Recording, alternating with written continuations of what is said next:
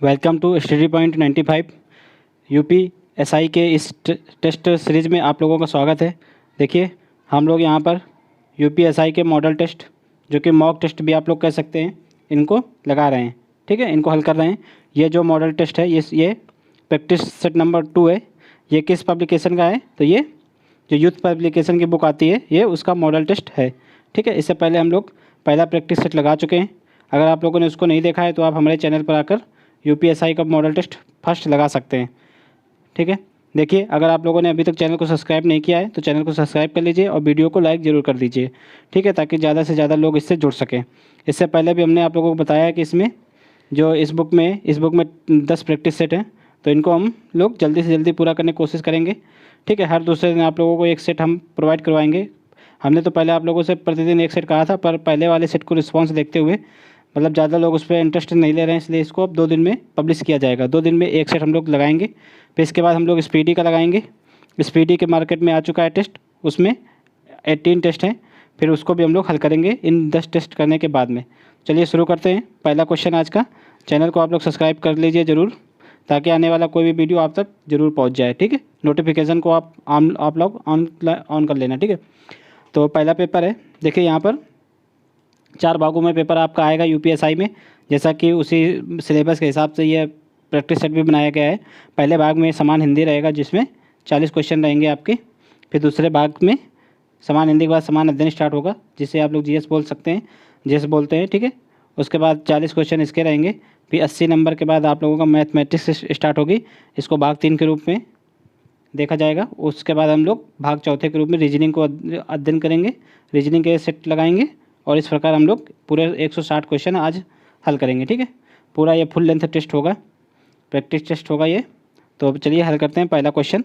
तो पहला है, आपका भविष्य उज्ज्वल हो, अर्थ की दृष्टि से वाक्य का भेद बताइए। तो ये कैसा वाक्य है? ऑप्शन है प्रश्नवाचक, निषेधवाचक, इच्छावाचक या आज्ञावाचक।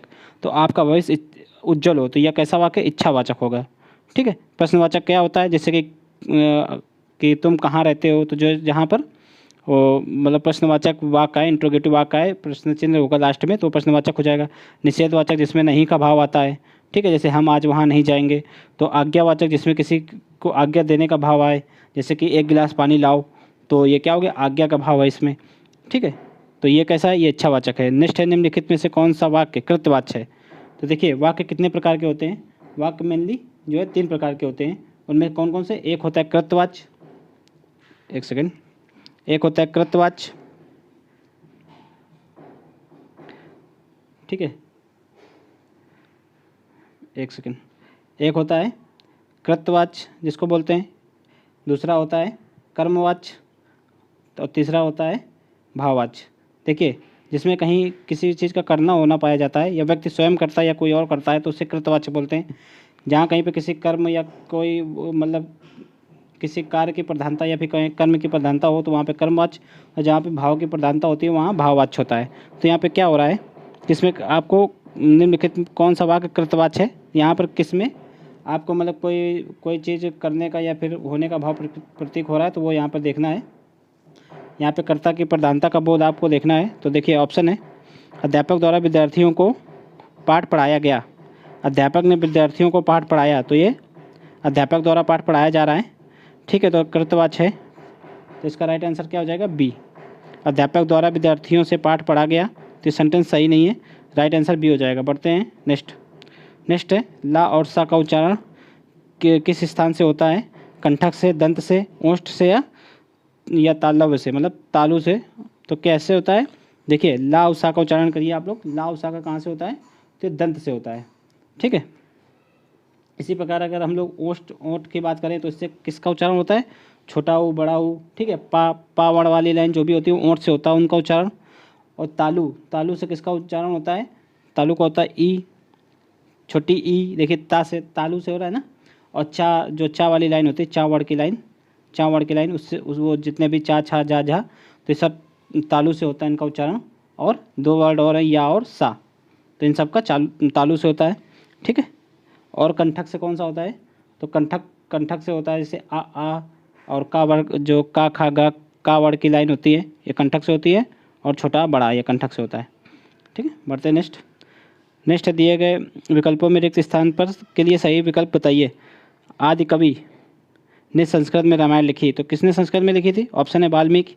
यहाँ पर देखिए वाल्मीकि तो सब है, लेकिन यहाँ पे मतलब पूछने का अर्थ ये है कि कौन सा वर्ड जो है वाल्मीकि का सही लिखा है। तो इसमें आपको कौन सा सही लग रहा है? इसमें देखिए ए नंबर बिल्कुल सही लग रहा है, वाल्मीकि। ठीक है, वाल्मीकि ये भी सही है, पर इसमें दो जगह सही लिखा है, तो ए भी हो जाएगा, डी भी हो जाएगा। बढ़ते नेक्स्ट, ये दोनों चूँकि सेम है। नेक्स्ट है स्वरों का उच्चारण, तो ऑप्शन है व्यंजनों की सहायता से होता है, अनुस्वर की सहायता से होता है, या अनुनासिक स्वर की सहायता से होता है, या बिना किसी की सहायता से होता है। तो ये स्वर का उच्चारण जो होता है मतलब स्वतंत्र रूप से होता है, तो इसका राइट आंसर हो जाएगा डी, बिना किसी हेल्प के होता है। पर जो व्यंजन होते हैं, व्यंजन, ठीक है, व्यंजन का उच्चारण स्वरों के साथ होता है। हर एक व्यंजन में आ की मतलब जैसे का, तो आ जो आ जो स्वर होता है उसकी उपस्थिति छुपी होती है। ठीक है, आ छुपा होता है सब में। तो व्यंजन का उच्चारण जो है स्वर की सहायता से होता है, मगर स्वर का व्यंजन की सहायता से नहीं होता, ये याद रखना। किस भाषा का अनुवाद मतलब जिस भाषा का अनुवाद किया जाता है उसे क्या कहते हैं? तो जैसे कोई वर्ड मान लो, जैसे ये भाषा है, हिंदी है ये, ठीक है, अब इसका अनुवाद हम लोग अगर इंग्लिश में कर दें तो यहाँ पे यही पूछा गया कि इस भाषा को क्या कहेंगे? जिस भाषा का अनुवाद किया गया तो उसको क्या बोलेंगे? स्रोत भाषा, लक्ष्य भाषा, मानक भाषा, या माध्यम भाषा? तो इसको क्या बोलेंगे? इसको बोलेंगे हम लोग स्रोत भाषा, कि ये मतलब इसी से लेकर ये बनाया जा रहा है, तो मूल भाषा भी इसी को बोलते हैं, स्रोत भाषा। ठीक है, और अगर लक्ष्य भाषा बोला जाए तो लक्ष्य भाषा क्या होती है? जो कोई मतलब जिस नई भाषा का अनुवाद करना हो तो वह लक्ष्य भाषा हो जाएगी। ठीक है, उसे लक्ष्य भाषा है, प्रस्तुत भाषा बोलते हैं। बट नेक्स्ट देखिए यहाँ पर गद्यांश है। ठीक है, गद्यांश का आप लोगों को उत्तर देना है, तो आप लोग गद्यांश के एक बार आंसर मतलब क्वेश्चन एक बार देख ले जिया करिए, मतलब एक बार एक नज़र से, बस 4-5 सेकंड में, ताकि आप लोगों को इसको पढ़ते समय आकर्षित कर सकें ये क्वेश्चन। जैसे कि स्वतंत्रता की माता कौन है, स्वतंत्रता की सौतेली माँ कौन है, ठीक है, और आत्म संस्कार के लिए आवश्यक है। तो ये सारे क्वेश्चन इसी में छुपे हैं, तो आप लोगों को इन्हीं को ध्यान में रखकर गद्यांश पढ़ना है। आप गद्यांश को पढ़ते हैं। देखिए जैसे कि पिछली बार हमने गद्यांश को पढ़ा था, उसका आंसर आप लोगों को बताया था कि इसका आंसर हम आप लोगों को कमेंट बॉक्स में दे देंगे। यहाँ पर हम आंसर नहीं बताते हैं गद्यांश का, ताकि आप लोग उसकी प्रैक्टिस करें और इसका आंसर आप लोग भी कमेंट बॉक्स में दें।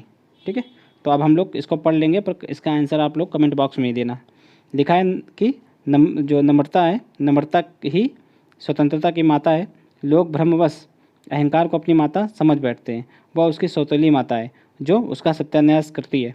ठीक है, तो यहाँ पे नम्रता को बात मतलब बताया जा रहा है कि अच्छा है, और जो अहंकार होता है व्यक्ति का, वो हमेशा बुरा होता है। ठीक है, चाहे वह संबंध ठीक हो या ना हो, पर इस बात पर सब लोग मानते हैं कि आत्म संस्कार के लिए थोड़ा बहुत मानसिक स्वतंत्रता आवश्यक है। ठीक है, चाहे उस स्वतंत्रता में अभिमान और नम्रता दोनों का मेल हो, और चाहे नम्रता से उत्पन्न हो। ठीक है, यह बात निश्चित है कि जो मनुष्य मर्यादा पूर्वक जीवन व्यतीत करना चाहता है उसके लिए यह गुण अनिवार्य है। तो अब आप लोग इस गद्यांश को पढ़ चुके हैं, अब इसका आंसर आप लोग तीनों का आप लोग दीजिएगा कमेंट बॉक्स में। हम कमेंट बॉक्स में इसका आंसर आप लोगों को पोस्ट कर देंगे। इसका शीर्षक भी बताना है आप लोगों को गद्यांश का कि क्या होगा। ठीक है, आत्मबल होगा, अभिमान होगा, या नैतिक बल होगा, या स्वतंत्रता होगा। तो चारों का आंसर आप लोग कमेंट बॉक्स में दीजिएगा, और वहीं पे आप लोगों को इसके आंसर हम पोस्ट कर देंगे। ठीक है, नेक्स्ट है दिए गए विकल्पों में रिक्त स्थानों के लिए उचित मुहावरे का प्रयोग कीजिए। तो पुलिस को देखकर चोर क्या हो गए? 9-2-11 हो गए। 9-2-11 होना मतलब भाग जाना। अंधे की लकड़ी का मतलब होता है एकमात्र सहारा। अंगूठा दिखाना मतलब किसी को चिढ़ाना। और आंखों का तारा, तो जो बहुत प्यारा व्यक्ति होता है वो उस आंखों का तारा कहा जाता है। तो इसका तो राइट आंसर क्या होगा? ए, 9-2-11 होना मतलब भाग जाना। पुलिस को देखकर चोर भाग गया, 9-2-11 हो गया। निम्नलिखित शब्दों में कौन सा शब्द सूर्य का पर्यायवाची नहीं है? देखिए दिनकर मतलब दिवाकर है, प्रभाकर है, भास्कर है, पर सुधाकर नहीं है। सुधाकर किसका होता है? चंद्रमा का। ठीक है, बढ़ते हैं नेक्स्ट दिए गए वाक्य में अमृत का विलोम बताइए। तो अमृत का विलोम शब्द बताएं। तो अमृत का क्या होगा? अमृत का विष हो जाएगा। ठीक है, जलस तो कमल का होता है। ठीक है, भय डर। सुधा अमृत, सुधा नहीं होगा यहाँ पे। सुधा तो अमृत का समानार्थी होता है। ठीक है, मतलब पर्याय होता है, विलोम नहीं। विलोम क्या होगा? विष। बढ़ते हैं नेक्स्ट। रामचरितमानस की रचना किस कवि ने की थी? देखिए रामायण की रचना किसने की थी? रामायण की रचना तो की थी वाल्मीकि जी ने। ठीक है, पर रामचरितमानस की किसने की थी? तो मतलब तुलसीदास ने की थी। बढ़ते नेक्स्ट है। माता पिता दोनों प्रसन्न थे, देखिए रामचरित ये जो है, एक मिनट यहाँ पे देख लेते हैं कि जो रामायण है वो किस में लिखी गई है, मूल रूप से संस्कृत में लिखी गई है। जो रामचरितमानस है वो किस में लिखी गई, वो अवधी भाषा में लिखी गई है। ये याद रखना आप लोगों को पूछा जाता है क्वेश्चन में। अब बढ़ते हैं नेक्स्ट है, माता पिता दोनों प्रसन्न थे, इस वाक्य में माता पिता के लिए कौन सा विराम चिन्ह आएगा, तो अल्प विराम। अल्प विराम देखिए ऐसे लगता है तो ये नहीं आएगा, ऐसे लगेगा अगर ऐसे तो ये अल्प नहीं आता है। अद्रव विराम तो ये भी नहीं आएगा। योजक चिन्ह आता है। योजक चिन्ह क्या होता है, ये योजक चिन्ह ऐसे लगता है बीच में छोटा सा, ठीक है, ऐसे माता बीच में योजक चिन्ह, उसके बाद पिता, ठीक है। और निर्देशक चिन्ह ये बड़ा होता है, ये योजक चिन्ह अगर बड़ा ऐसे हो जाएगा तो निर्देशक चिन्ह हो जाएगा, यानी कि अब किसी चीज़ को आगे प्रस्तुत करेंगे हम लोग तो उसके पहले निर्देशक चिन्ह लगाते हैं। बढ़ते हैं नेक्स्ट है, हिंदी को भारत की राजभाषा कब माना जा मतलब हिंदी को भारत की राजभाषा कब बनाया गया, तो इसका ऑप्शन है 15 अगस्त 1947, 30 जनवरी 1948 या 14 सितंबर 1949 या 26 जनवरी 1950। तो इसका राइट आंसर क्या होगा, 14 सितंबर 1949। तो देखिए 14 सितंबर को ही हिंदी दिवस मनाया जाता है अपना, राष्ट्रीय हिंदी दिवस 14 सितंबर, ठीक है। तो इसी से आप लोग याद रखना, सी इज राइट आंसर, 14 सितंबर 1949। नेक्स्ट है, निम्नलिखित शब्दों में कौन सा शब्द समुद्र का पर्यायवाची है, तो रत्नाकर यही समुद्र का पर्यायवाची होता है, ठीक है।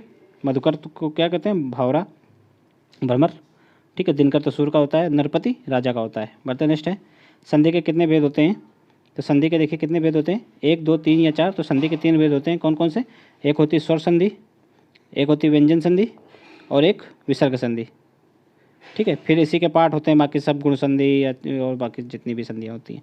नेक्स्ट है, प्रतिध्वनि में कौन सा उपसर्ग है, प्रतिध्वनि में उपसर्ग आपको देखना है, तो कौन सा है, प्रति, प्रा, प्रत या प्रतिध्व। तो इसका राइट आंसर होगा उपसर्ग में जो पहले लगा होता है, तो प्रति इज राइट आंसर। बढ़ते नेक्स्ट है, कारज किस प्रकार का शब्द है, तत्सम, तत्भव, अर्ध तत्सम या देशज।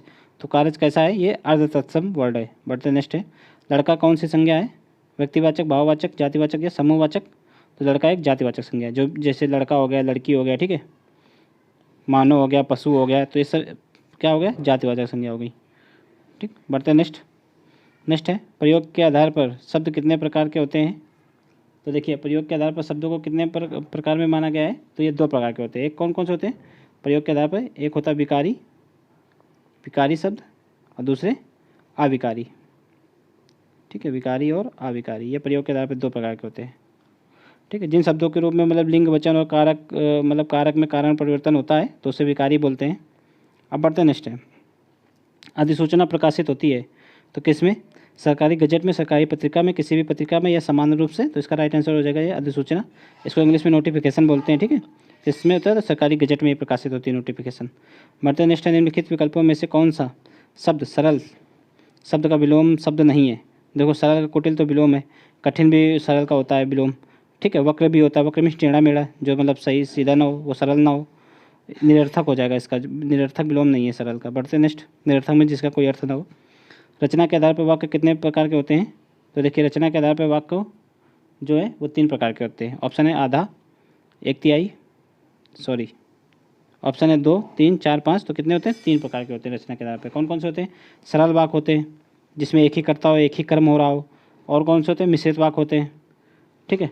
मिश्रित वाक्य में क्या होता है, एक साधारण वाक्य के अतिरिक्त उसके अधीन कोई दूसरा वाक्य भी उपवाक्य जुड़ा होता है। जैसे कि मैं वहाँ जाऊँगा तब मतलब जैसे मैं बगीचे जाऊँगा तब आम खाऊँगा, तो जब मैं आम तब खाऊँगा जब बगीचे जाऊँगा। तो इसका कैसा हो गया कि ये आम खाने का आश्रित किस पे हो गया, जाने पर। तो ये कैसा हो गया, मिश्रित वाक्य। एक वाक्य और होता है उसको बोलते हैं संयुक्त वाक्य, जब 2 साधारण वाक्य या फिर मिश्रित वाक्य जुड़ते हैं तो उसको संयुक्त वाक्य बोलते हैं। कौन कौन से हो गए, एक सरल वाक्य, सिंपल वाक्य, मिश्रित वाक्य और संयुक्त वाक्य, जॉइंट, ठीक है। बढ़ते नेक्स्ट है, संक्षेपण मूल पाठ का मतलब मूल पाठ से कितने कम शब्दों में लिखना चाहिए। तो संक्षेपण देखिए, इससे पहले वाले गद्यांश में संक्षेपण पूछा गया था, उसमें हमने आप लोगों को बताया था कि 1/3 में लिखना है आप लोगों को। इसका ऑप्शन आप लोग कमेंट में करके बताइएगा, ऐसा पूछा था हमने। तो संक्षेपण कितने में लिखना होता है, तो 1/3, 1/3। राइट आंसर क्या होगा, बी। बढ़ते नेक्स्ट है, जो शब्द पूर्व पर संबंध से किसी भी संज्ञा में मतलब किसी भी संज्ञा के बदले आता है तो उसे क्या कहते हैं। देखिए जब संज्ञा के बदले जो शब्द आता है उसे क्या कहते हैं, सर्वनाम बोलते हैं, ठीक है। क्रिया विशेषण जो क्रिया की विशेषता बतलाए, ठीक। क्रिया जहाँ पर जो कार्य हो रहा है वो क्रिया होती है, विश्लेषण क्या होता है, जो संज्ञा या सर्वनाम की विशेषता बताने वाला विश्लेषण होता है। ठीक है, ये सब हिंदी में, हिंदी ईजी है, आप लोग एक बार पढ़ लीजिए अच्छे से। आप लोगों के इसमें आराम से आप लोग 40 में से 32 तक तो कर ही सकते हैं। ठीक है, बढ़ते नेक्स्ट है। श्रृंगार रस का स्थायी भाव क्या है? श्रृंगार रस का स्थायी भाव तो रति होता है। ठीक है, हास किसका होता है? हस्व का। एक रस होता है हस्व, तो उसका हास होता है। ठीक है, और क्रोध किसका होता है? तो क्रोध होता है रौद्र का। रौद्र, रौद्र का क्रोध होता है विरोध। और ये जो विस्मय होता है ये किसका होता है? ये अद्भुत रसों का होता है। एक रस होता है अद्भुत। ठीक है, बढ़ते नेक्स्ट।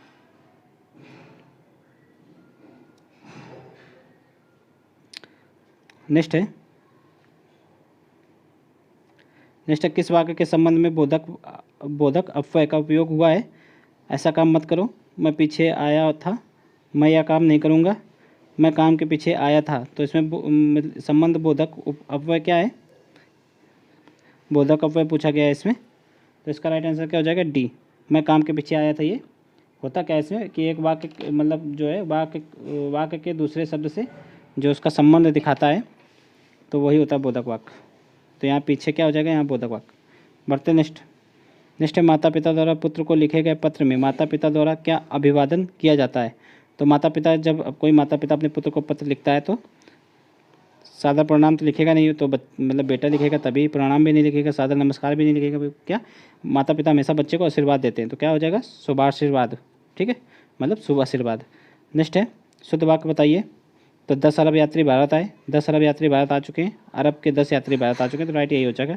ठीक है, 10 अरब जो 10 है ये पहले अरब के नहीं आएगा, ये यात्री के पहले आएगा, तो राइट आंसर क्या हो जाएगा? सी। बढ़ते नेक्स्ट है निम्नलिखित शब्दों में से कौन सा शब्द पुल्लिंग है? तो संकल्प, घटना, लज्जा या प्रार्थना। तो देखिए संकल्प जो है पुल्लिंग है, बाकी लज्जा, प्रार्थना और घटना तो स्त्रीलिंग शब्द हैं। याद रखना ये बात आप लोग।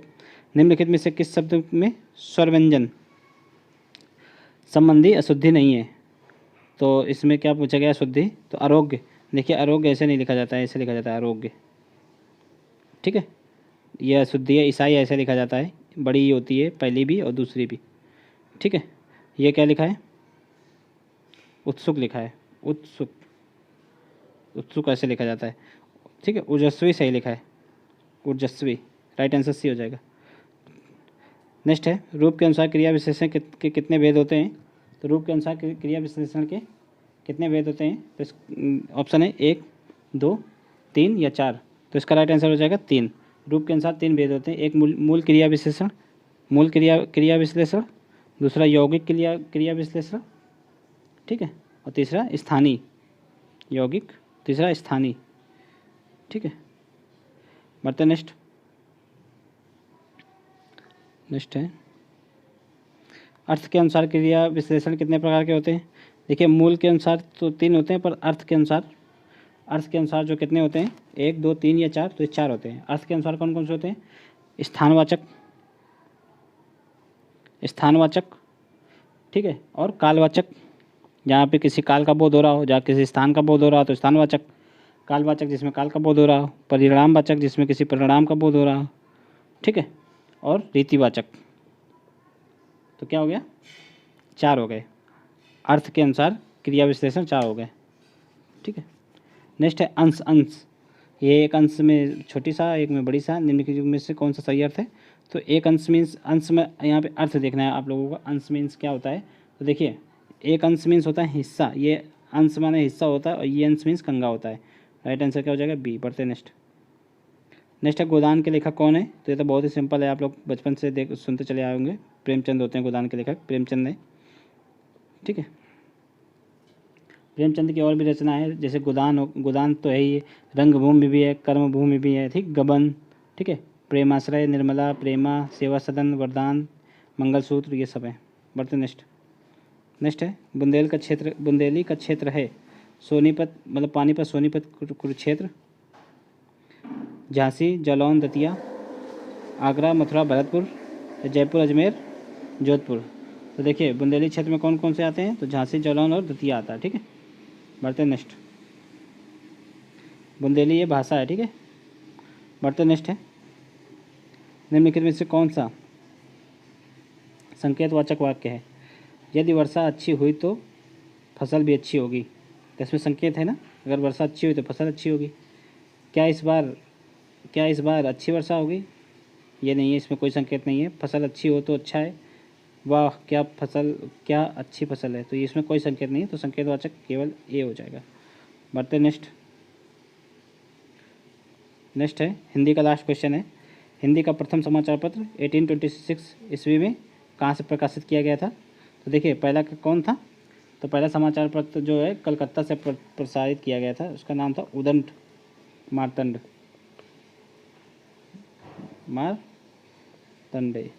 ठीक है,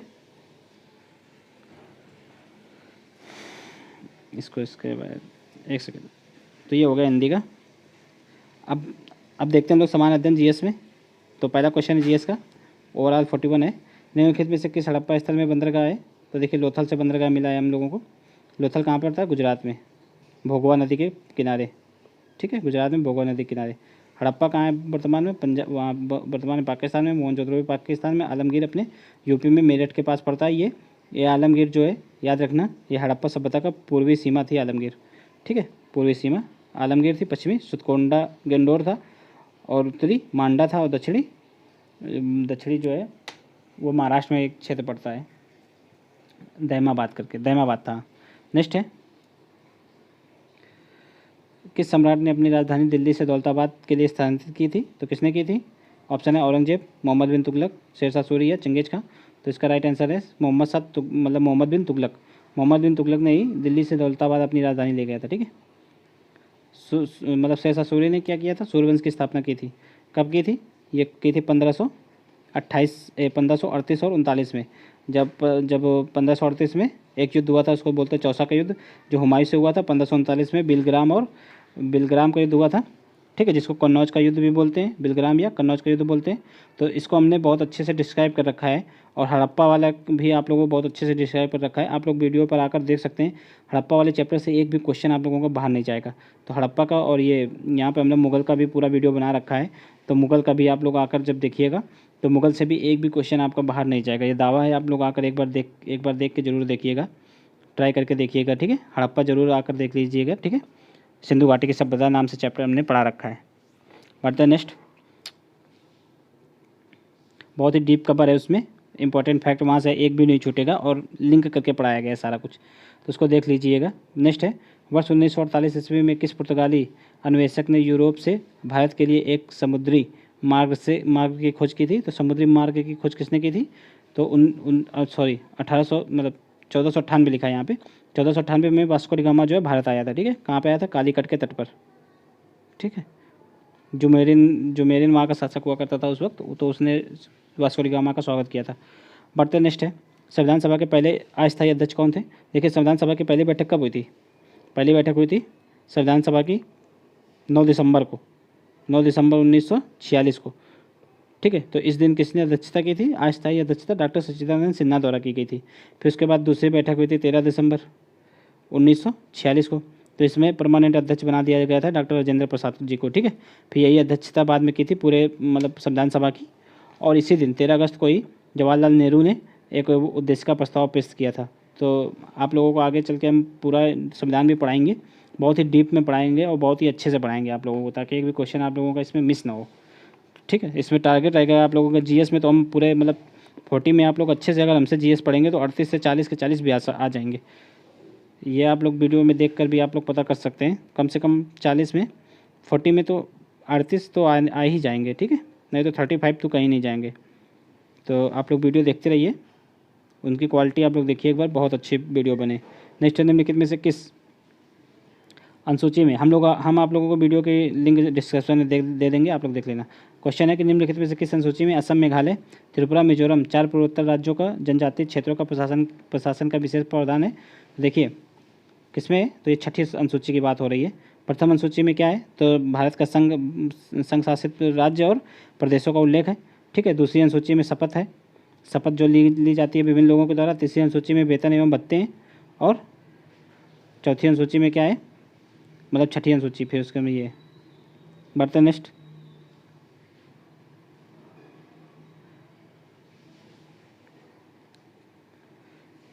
है हमारे संविधान के अनुसार भारत एक है, क्या है, एक धार्मिक। देखिए यहाँ पे दूसरी अनुसूची में वेतन भत्ते हैं, ठीक है। तीसरी अनुसूची में शपथ है, ये याद रखना।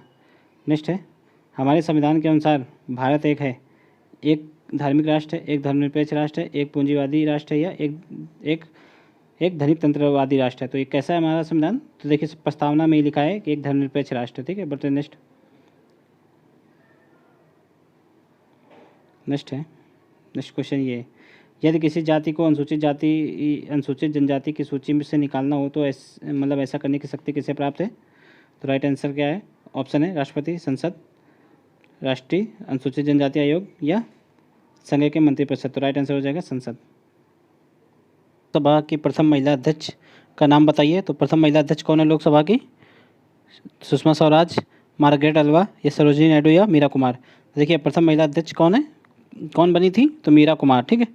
द्वितीय अगर पूछा जाए तो सुषमा स्वराज थी दूसरी महिला अध्यक्ष। बढ़ते हैं, नेक्स्ट है, निम्नलिखित में से किस राज्य में मैंग्रोव वन का सबसे अधिक क्षेत्र है? तो देखिए मैंग्रोव वन का सबसे अधिक क्षेत्र, ऑप्शन है राजस्थान, सिक्किम, उत्तर प्रदेश या पश्चिम बंगाल। तो सबसे ज़्यादा कहाँ पे है? पश्चिम बंगाल में। उसके पश्चात कहाँ है? तो उसके पश्चात गुजरात में है। तो देखिए ये मैंग्रोव वन, सुंदरबन डेल्टा आप लोगों ने सुना होगा, पश्चिम बंगाल में है, तो वहीं पर सबसे ज़्यादा मैंग्रोव वन पाए जाते हैं। नेक्स्ट है, निम्नलिखित में से कौन सा भारतीय बैंक नहीं है? ऑप्शन है एक्सिस बैंक, HDFC बैंक, ठीक है, ICICI बैंक और HSBC बैंक। तो इसका राइट आंसर क्या हो जाएगा? HSBC bank. ये भारतीय बैंक नहीं है, बाकी ऊपर के तीनों भारतीय बैंक हैं। बढ़ते नेक्स्ट है, कौन सा नियम यह कहता है कि बुरा पैसा संचरण में अच्छा पैसा बाहर करता है? ठीक है, तो कौन सा नियम कहता है ऐसा? इसका राइट आंसर क्या हो जाएगा? ग्रेशम का नियम, ठीक है। बढ़ते नेक्स्ट है, निम्नलिखित में से कौन सी संस्था वर्ल्ड बैंक के नाम से जानी जाती है? तो मतलब ऑप्शन है international bank for restriction and development, international monetary fund, ठीक है सॉरी, यूनिसेफ और IMF। तो इसका राइट आंसर क्या हो जाएगा? ए, ठीक है। International bank for reconstruction and development को वर्ल्ड बैंक बोलते हैं। नेक्स्ट है, पारसेक किसकी मानक इकाई है? तो पारसेक किसकी है? ऑप्शन है तारों की सघनता, खगोलीय दूरी, या खगोलीय पिंड की चमक, या विशालकाय तारों का कक्षीय वेग। तो देखिए पारसेक किसकी एक मानक इकाई है? तो यह खगोलीय दूरी की मानक इकाई है, ठीक है। पारसेक, एक पारसेक बराबर कितना होता है? एक पारसेक बराबर 3.26 प्रकाश वर्ष। प्रकाश वर्ष भी जो है दूरी की मापक इकाई है, ठीक है। और एक प्रकाश वर्ष अगर पूछा जाए तो ये इसको मीटर में अगर बदलना है तो एक लाइट ईयर बराबर होता है 9.46 इंटू 10⁻15 मीटर, ठीक है। तो याद रखना, कभी वैल्यू पूछ सकते हैं। नेक्स्ट है, पानी का घनत्व किस ताप पर सर्वाधिक होता है? 12 डिग्री, 8 डिग्री, या 4 डिग्री सेल्सियस, या 0 डिग्री। तो देखिए घनत्व जो है पानी का सर्वाधिक 4 डिग्री सेल्सियस पर होता है। यही कारण है कि देखिए जब पानी की जो सतह होती है उसका मतलब जो ठंडे प्रदेश है वहाँ पर ऊपर सतह पर तो बर्फ़ जम जाती है पर नीचे नहीं जमती है। होता क्या है कि देखिए सतह जो है ऊपर स्पर्श होती रहती है वायु से, तो जल्दी ठंडी होती रहती है। जब ये ठंडी होती है तो जब ये ऊपर के 4 डिग्री जल्दी पहुँच जाती है, तो जैसे 4 डिग्री पे पहुँचती है तो ये जमने लगती है। ये 4 डिग्री पे जम जाती है और नीचे वाली नहीं जम पाती है, इसीलिए मछलियाँ नीचे जीवित रहती हैं, ऊपर झील जम जाती है। बढ़ते नेक्स्ट है, NaCl में होता है, तो NaCl में क्या होता है? अध्रुवीय बंध, धात्विक बंध, आयनिक बंध, या ध्रुवीय संयोजी बंध। तो इसका राइट आंसर क्या होगा? आयनिक बंध होते हैं NaCl में, ठीक है। Na में Na प्लस और Cl में माइनस होता है, ठीक है। नेक्स्ट है, एस्टिक एसिड को क्या मतलब क्या कहा जाता है? एस्टिक एसिड को, तो राइट आंसर है सिरका। एस्टिक एसिड को सिरका भी कहा जाता है, ठीक है। बढ़ते नेक्स्ट है, बेरी रोग निम्नलिखित में से किसकी कमी से होता है? विटामिन B2, 12, B1 या विटामिन E। तो राइट आंसर क्या होगा इसका? विटामिन B1 से होता है बेरी रोग, ठीक है।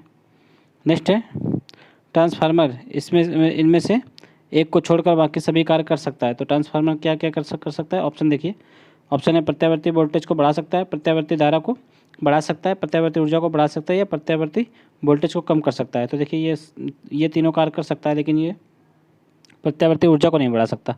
राइट आंसर C हो जाएगा। नेक्स्ट है, निम्नलिखित में से 1 किलोबाइट के तुल्य क्या होगा? 1 किलोबाइट के तुल्य, तो इसका राइट आंसर क्या होगा? 1024 बाइट्स होता है, ठीक है। नेक्स्ट है, दशमलव संख्या 106 को द्विपदी में परिवर्तित करो। तो देखिए पिछली बार भी हमने एक संख्या को बताया था, यहाँ पर भी देख लेते हैं द्विपदी कैसे निकालते हैं। तो 106 यहाँ पे रखा, इसको 2 से डिवाइड करेंगे, जितना पूरा चला जाएगा तो यहाँ पर 0 लिखेंगे, अगर कुछ शेष बचता है तो यहाँ पर वो लिख देंगे। तो देखिए यहाँ इसको 2 से काटेंगे तो कितना आएगा 53, शेष एक भी बचा नहीं बचा तो क्या आ जाएगा 0। फिर 2 से काटते हैं तो अब कितना आया, यहाँ पे आएगा 2 6 26 बचा, शेष 1 बचा तो 1 यहाँ पे आ जाएगा। फिर 2 से काटेंगे तो 13 बचेगा, कोई शेष नहीं बचा तो 0 आएगा। फिर 2 से काटेंगे तो 6 बचेगा, मतलब 6 बार में कट जाएगा, शेष 1 बचेगा यहाँ जाएगा। फिर 2 से काटेंगे तो 3 बार में कट जाएगा, शेष 0 बचेगा। फिर 2 से काटेंगे तो 1 बार में कट जाएगा, शेष 1 बचेगा और एक ये लास्ट वाला 1 ये लिख लिया जाएगा। अब इसको उल्टा लिख देना है ऐसे करके, ठीक है। तो ऐसे लिखेंगे तो क्या आएगा 1 1 0 1 0 1 0, तो किस में आ रहा है 1 1 0 1 0 1 0, तो बी में आ रहा है, ठीक है। तो राइट आंसर क्या हो जाएगा इसका बी। बढ़ते हैं नेक्स्ट। आंवले का सर्वाधिक उत्पादन करने वाला राज्य, ऑप्शन जौनपुर, प्रतापगढ़, रायबरेली या सुल्तानपुर। तो इसका राइट आंसर क्या होगा यूपी के प्रतापगढ़ में सर्वाधिक आंवला होता है, यूपी की बात हो रही है ये। पेरियार नेशनल पार्क किस पर्वत में है, देखिए पेरियार नेशनल पार्क ऑप्शन है अरावली पर्वतमाला। अरावली देखिए पेरियार जो है पेरियार नेशनल पार्क है कहाँ, ये केरल में है। अरावली पर्वतमाला कहाँ है, ये गुजरात, राजस्थान और दिल्ली तक आती है, तो यहाँ ये तो गलत हो गया। विंध्य पर्वतमाला ये भी नहीं होगा, ये महाराष्ट्र और मध्य प्रदेश के क्षेत्र में पाई जाती है विंध्य। पूर्वी घाट या पश्चिमी घाट, तो पूर्वी घाट में भी नहीं है, पश्चिमी घाट में पड़ता है ये। राइट आंसर क्या हो जाएगा डी। नेक्स्ट है गिद्ध किस राज्य का लोक नृत्य है, गिद्धा। ऑप्शन है राजस्थान, उत्तर प्रदेश, पंजाब या बिहार। तो गिद्धा के कहाँ का है, तो पंजाब का लोक नृत्य है। नेक्स्ट है आलू में ब्लैक हट किसके कमी से होता है, भंडारण में CO2 की कमी से या रोशनी की कमी से या ऑक्सीजन की कमी से। तो राइट आंसर यही हो जाएगा, जब भंडारण जहाँ पे आलू को स्टोर करते हैं अगर वहाँ ऑक्सीजन की कमी हो जाती है तो ब्लैक हट आलू में रोग हो जाता है, ब्लैक हट नामक। निम्न है कैदी शिनाख्त अधिनियम की धारा 4 और 6 के अधीन अपराध का विचारण कौन करता है, तो मजिस्ट्रेट प्रथम श्रेणी या मजिस्ट्रेट द्वितीय श्रेणी या कार्यपालक मजिस्ट्रेट या जिला मजिस्ट्रेट। तो इसका राइट आंसर क्या हो जाएगा, तो इसका राइट आंसर हो जाएगा ए, जो है प्रथम श्रेणी का मजिस्ट्रेट ही इसकी मतलब वो सुनवाई करता है, ठीक है। बढ़ते हैं नेक्स्ट है सोनभद्र जिले को स्पर्श करता है कौन कौन। सोनभद्र जिला देखो 4 राज्यों से स्पर्श होता है, ठीक है, MP, छत्तीसगढ़, झारखंड और बिहार से। बढ़ते हैं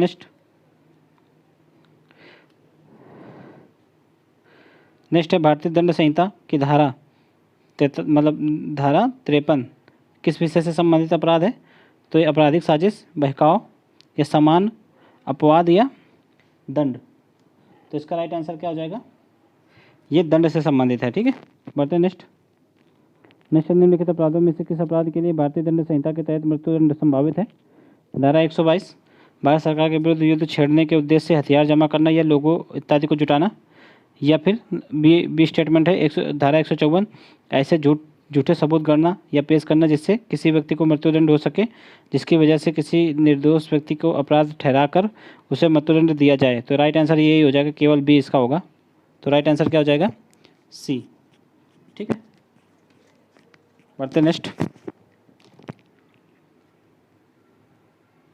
देखिए नेक्स्ट है निम्नलिखित में से किसी वर्ष 2015 में एक संशोधन के माध्यम से अनुसूचित जाति और अनुसूचित जनजाति अत्याचार निवारण अधिनियम ये कब आया था, ये 1989 में, ठीक है, के अंतर्गत अपराधों की तालिका से जोड़ा गया है। तो किसको जोड़ा गया है, देखिए तो इसका राइट आंसर क्या हो जाएगा, ऑप्शन पहले पढ़ लेते हैं। आर्थिक एवं सामाजिक बहिष्कार करना अथवा उसको अथवा उसकी धमकी देना, मैदा ढोना तथा पशु या मानव शव उठाने के लिए बाध्य करना, या अनुसूचित जाति जनजाति को जाति के नाम पर सार्वजनिक तौर पर गाली देना, या किसी सम्मानित और दिवंगत अनुसूचित जनजाति व्यक्ति को अपमान करना, अथवा अनुसूचित जाति जनजाति लोगों के विरुद्ध द्वेष भाव को बढ़ाना। तो इसका राइट आंसर क्या हो जाएगा, इसमें सभी शामिल किया गया था, तो राइट आंसर हो जाएगा डी, ठीक है, मतलब बी। बढ़ते नेक्स्ट यह यातायात किसका प्रतीक चिन्ह है, तो देखिए बाएं से आ रहे वाहनों को रास्ता दें, या फिर गोल रास्ता, या फिर सभी दिशाओं से वाहन आ रहे हैं, या फिर आगे रास्ता घूमकर है। तो इसका राइट आंसर क्या है, आगे रास्ता घूमकर है। ये जब आपको रोड किनारे मिले तो इसका मतलब क्या होगा, आगे रास्ता घूमकर है। निम्नलिखित मतलब नेक्स्ट है निम्नलिखित में से कौन सूचना का अधिकार अधिनियम ये कब आया था, ये 2005 में आया था। सूचना का अधिकार अधिनियम के अंतर्गत सूचना प्राप्त नहीं कर सकता भारत में निगमित कंपनी, गैर सरकारी संगठन या विदेशी। तो देखिए इसके तहत ये तीनों नहीं प्राप्त कर सकते, तो राइट आंसर क्या होगा बी, भारत के नागरिक प्राप्त कर सकते हैं, अपवाद स्वरूप यही 3 हटाए गए हैं। नेक्स्ट है, एक मानवाधिकार कार्यकर्ता द्वारा दायर की गई जनहित याचिका में इस बात पर बल दिया कि चिकित्सा के पेशे से जुड़े हर सदस्य को यह सर्वोपरि दायित्व है कि वह किसी भी प्रक्रियागत औपचारिकता की प्रतीक्षा न करे और हर घायल नागरिक को जल्द से जल्द चिकित्सीय सहायता उपलब्ध कराए। तो देखिए किसमें किया गया था, एस पी गुप्ता बनाम भारत संघ, या फिर मध्य प्रदेश राज्य बनाम मदन लाल, या फिर समता बनाम आंध्र प्रदेश, या परमानंद कटारा बनाम भारत संघ। तो इसका राइट आंसर क्या हो जाएगा, डी। देखिए परमानंद कटारा बनाम भारत संघ के केस में यह जजमेंट सुप्रीम कोर्ट द्वारा दिया गया था। ठीक है, बढ़ते हैं नेक्स्ट है, किस न्यायिक मामले में सुप्रीम कोर्ट ने कहा था कि कलात्मक स्वतंत्रता के नाम पर महात्मा गांधी जैसी ऐतिहासिक रूप से सम्मानित व्यक्ति के खिलाफ अश्लील भाषा का उपयोग नहीं किया जा सकता। तो इसका आंसर क्या होगा, ये 4 केस हैं, आप लोग पढ़ लीजिए। इसका आंसर होगा देवीदास बनाम महाराष्ट्र सरकार। ठीक है, बढ़ते हैं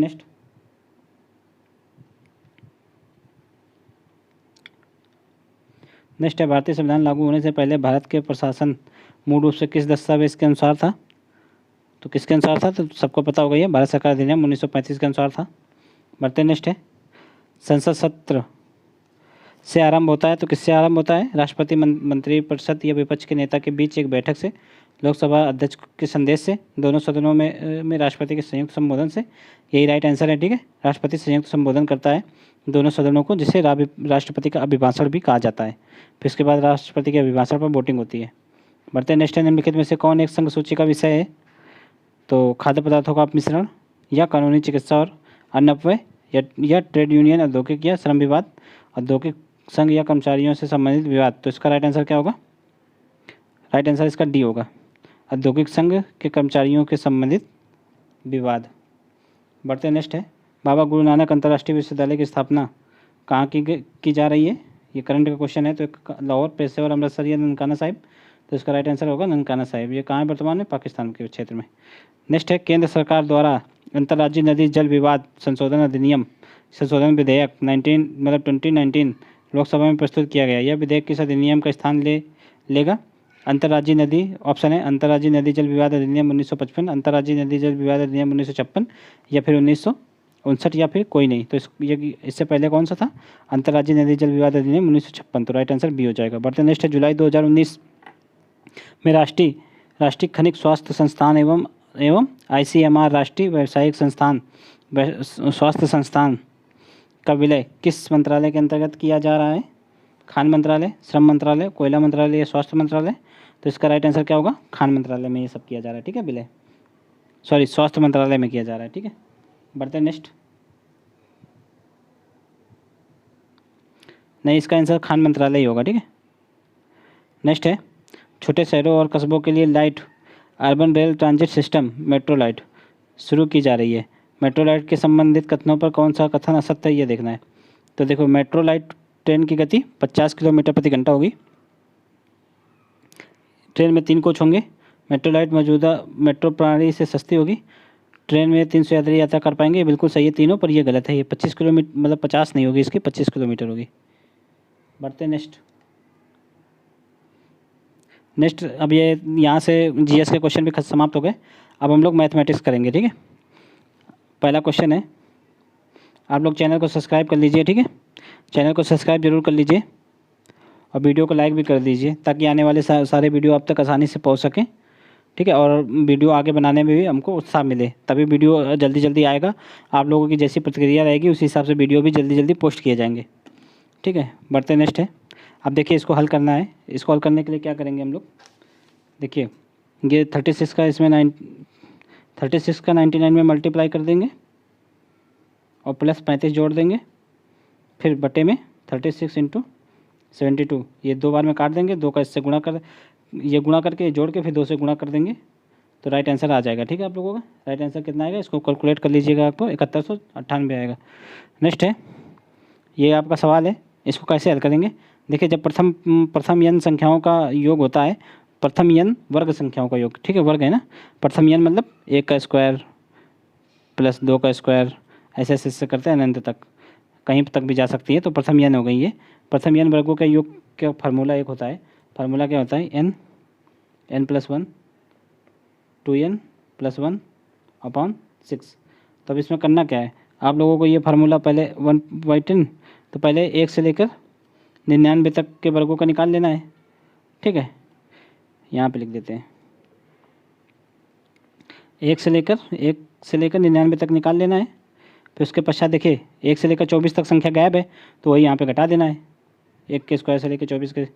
ठीक है, तो दो बार फार्मूला लगाएंगे, एक बार फार्मूला निकाल के यहाँ निकाल लेंगे, एक बार 1 से 24 तक निकाल लेंगे, घटा के उसको कैलकुलेट कर लेना आप, आंसर आराम से आ जाएगा, इजी है। तो इसका आंसर क्या आएगा, ये इसका आंसर आएगा ये 32,345। बढ़ते नेक्स्ट निम्न संख्याओं में। देखिए यहाँ पर सब कुछ कैलकुलेट करके नहीं बताया जा सकता, ये मॉडल प्रैक्टिस सेट है। ठीक है, आप लोग ही कैलकुलेट करिएगा, हम आपको मेथड बता सकते हैं बस, और क्योंकि ये यहाँ पर ज़्यादा मतलब स्पेस भी नहीं है कि यहाँ बताया जा सके। नेक्स्ट निम्न संख्याओं में से कौन सी 11 से विभाज्य है, तो 11 से कौन से विभाज्य, देखिए 11 का एक मेथड होता है। मान लो कोई संख्या लिखी है, ये संख्या हो गई मान लो, तो इसमें होगा क्या, एक के बाद एक छोड़ के एक आपको जोड़ लेनी है, और फिर उसके पश्चात उनको जब दोनों को जोड़ के घटाना है, घटाने के बाद या तो फिर वो संख्या 11 से डिवाइड होगी या फिर 0 आएगा। तो देखिए क्या करना है, एक और 5 जोड़ो, कितना हुआ 6, और 6 6 12, ये हुई 12, फिर 4 और 2 जोड़ लो, कितना हुआ 6, इसको घटा दो, कितना बचेगा 6। ना तो ये 6 से डिवाइड, ना तो 11 से डिवाइड है, ना ही 0 है, तो ये 11 से डिवाइड नहीं होगी। इसका आंसर है डी नंबर। इसको चेक कर लेते हैं। देखिए 1 और 5 6 हुआ, और 2 और 3 और 4, ये 0 तो 0 ही रहेगा, 3 और मतलब 4 और 2 6 हुआ, तो ये -6, तो कितना आ गया 0। या तो फिर 0 आएगा या फिर कोई भी संख्या आएगी जो 11 के मल्टीपल होगी। तो राइट आंसर क्या हो जाएगा, डी। नेक्स्ट है 3 अंकों से कितने धनात्मक पूर्णांक हैं, मतलब कितने धनात्मक पूर्णांक हैं जिनमें पी क्यू और आर क्रमशः 100वें 10वें और इकाई के स्थान पर हों, ताकि ये समीकरण पूरा हो जाए। देखिए क्या है कि पी किस स्थान पर होगा, 100वें, तो पी 100वें स्थान पे होगा, क्यू कहाँ पे होगा, 10वें स्थान पर, और आर ये इकाई के स्थान पर होगा। ठीक है, तो यहाँ पर हम लोग कर क्या देंगे, पी इंटू यानी कि पी इंटू 100 रहेगा, पी की जगह क्यू इंटू इसको 10 मान सकते हैं, आर इंटू 1, तो संख्या क्या बनेगी, संख्या बनेगी P into 100 plus Q into 10 plus are.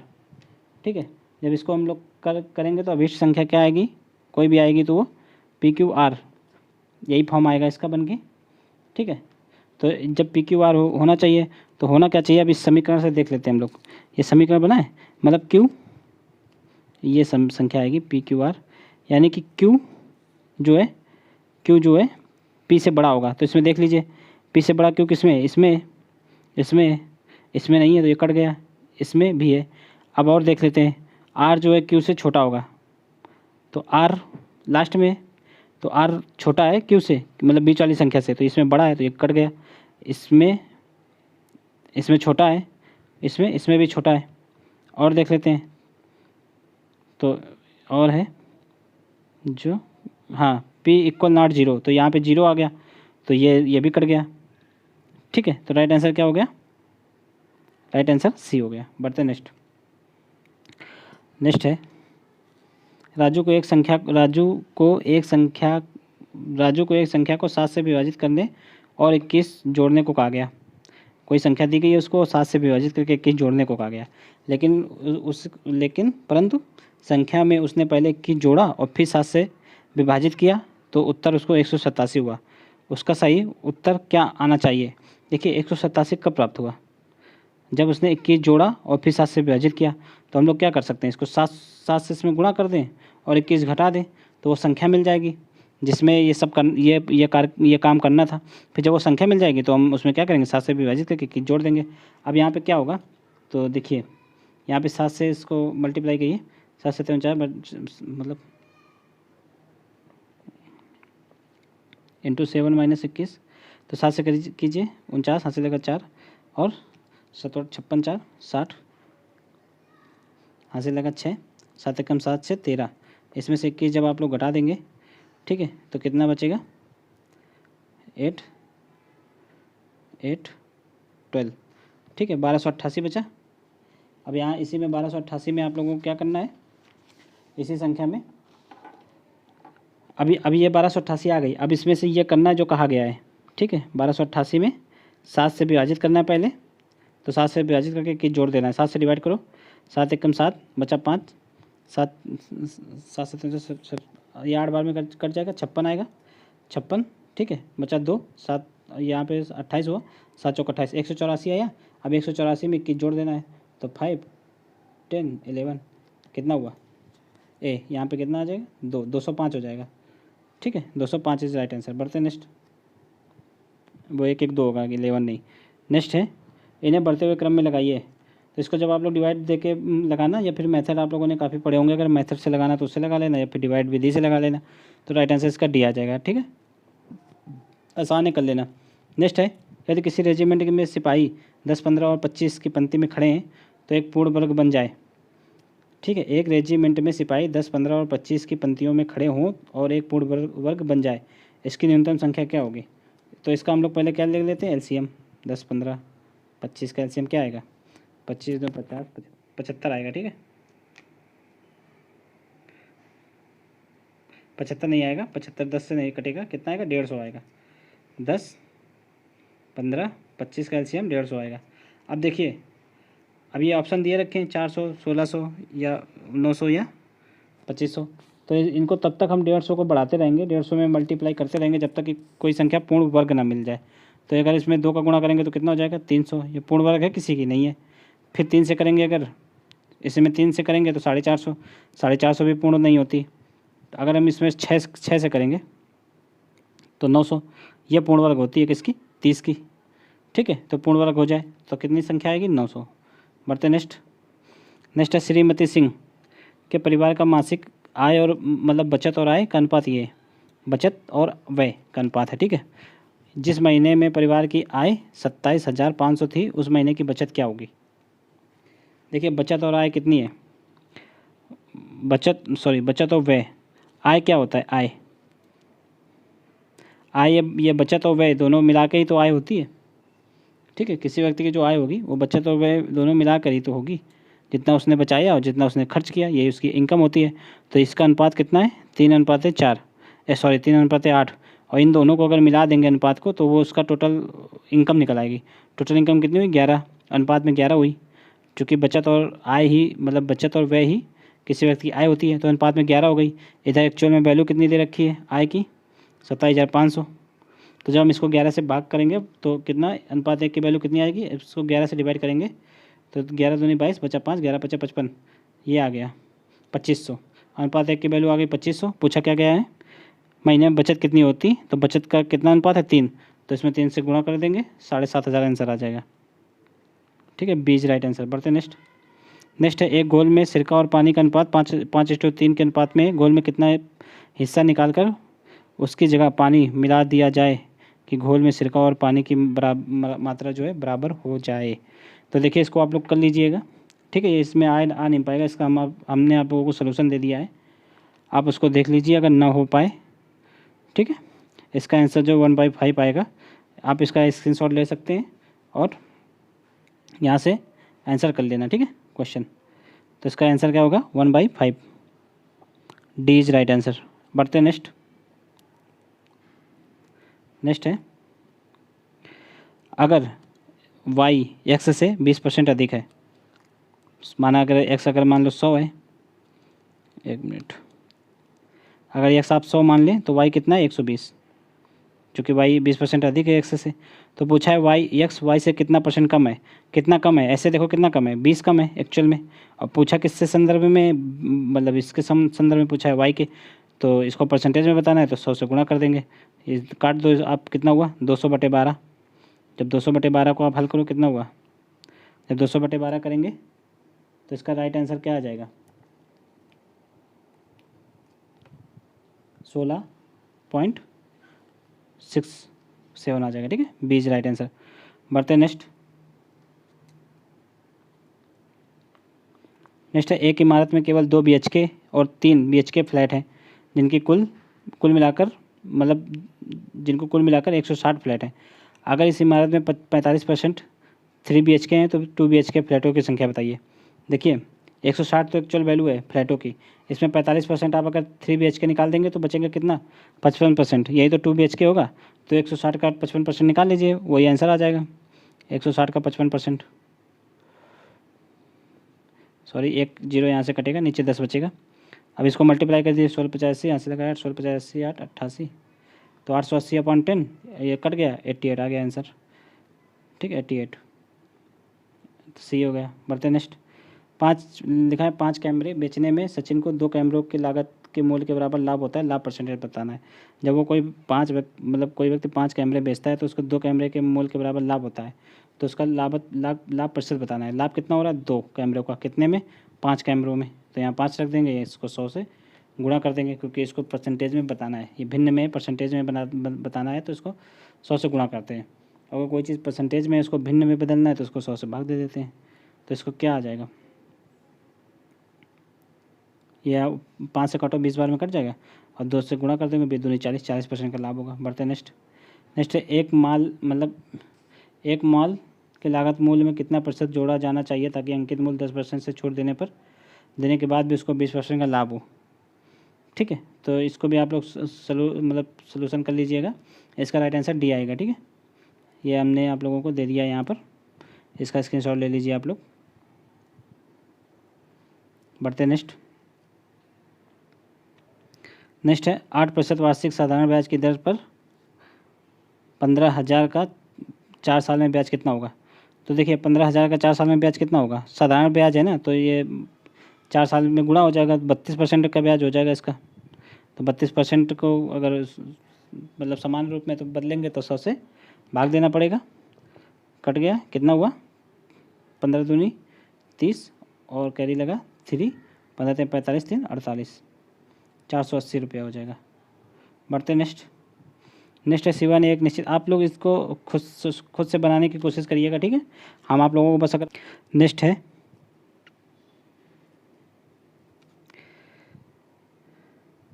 देखिए, नेक्स्ट है कि शिवा ने एक निश्चित दिन 2,000 रुपये साधारण ब्याज और चक्रवृद्धि ब्याज पर निवेश किए। यदि ब्याज दर 6% हो तो 3 साल की अवधि में साधारण ब्याज और चक्रवृद्धि ब्याज में कितना फ़र्क होगा। देखिए साधारण ब्याज 3 साल के लिए किया है 2,000 रुपया, तो 2,000 रुपये पे 3 साल के लिए साधारण ब्याज कितना मिलेगा, अगर 6% है तो ये सीधा सा मल्टीप्लाई हो जाएगा इसका, तो कितना 18% का मिलेगा। ठीक है, 3 18 हो जाएगा, 100 से आप डिवाइड कर दीजिए, 2 जीरो ख़त्म, 18 दूनी 36, 360 रुपये। तो ये हो गया साधारण ब्याज का। ठीक है, अब देख लेते हैं चक्रवर्ती ब्याज पे कितना मिलेगा, उस पर कितना आया 360। चक्रवर्ती ब्याज पे देख लेते हैं 2,000 पे कितना मिलेगा, पहले वर्ष मिलेगा 106 मिलेगा, 6% है ना, तो 106/100 हो जाएगा। दूसरे वर्ष 106/100, तीसरे वर्ष 106/100। जब इसको आप लोग हल करेंगे और हल करके इन दोनों को जोड़ दीजिएगा तो इसका राइट आंसर आप लोगों को कितना प्राप्त हो जाएगा, इसका राइट आंसर आप लोगों को 22 रुपये मिल जाएगा। ठीक है, पहले शायद कुछ थोड़ा निकालने में गलती हो गई, आप लोग इस फार्मूले को यूज कर लेना जब ब्याज में अंतर पूछा जाए आप लोगों को। ठीक है, 300 + R/100 का क्यूब। यहाँ पे ये थोड़ा गड़बड़ हो रहा है, चल नहीं रहा है सही से पेन इसमें। नेक्स्ट है XYZ एक व्यवसाय में निवेश करते हैं, जिस समय अवधि के लिए वे निवेश करते हैं अगर वह 5:2 5:3:4 के अनुपात में है तो व्यवसाय से प्राप्त लाभ 6:9:8 के अनुपात में है, तो उस अनुपात का पता लगाएं जिसमें XYZ ने निवेश किया था। देखिए किसी भी चीज़ में लाभ कब मिलता है, लाभ जो होता है लाभ वो होता है निवेश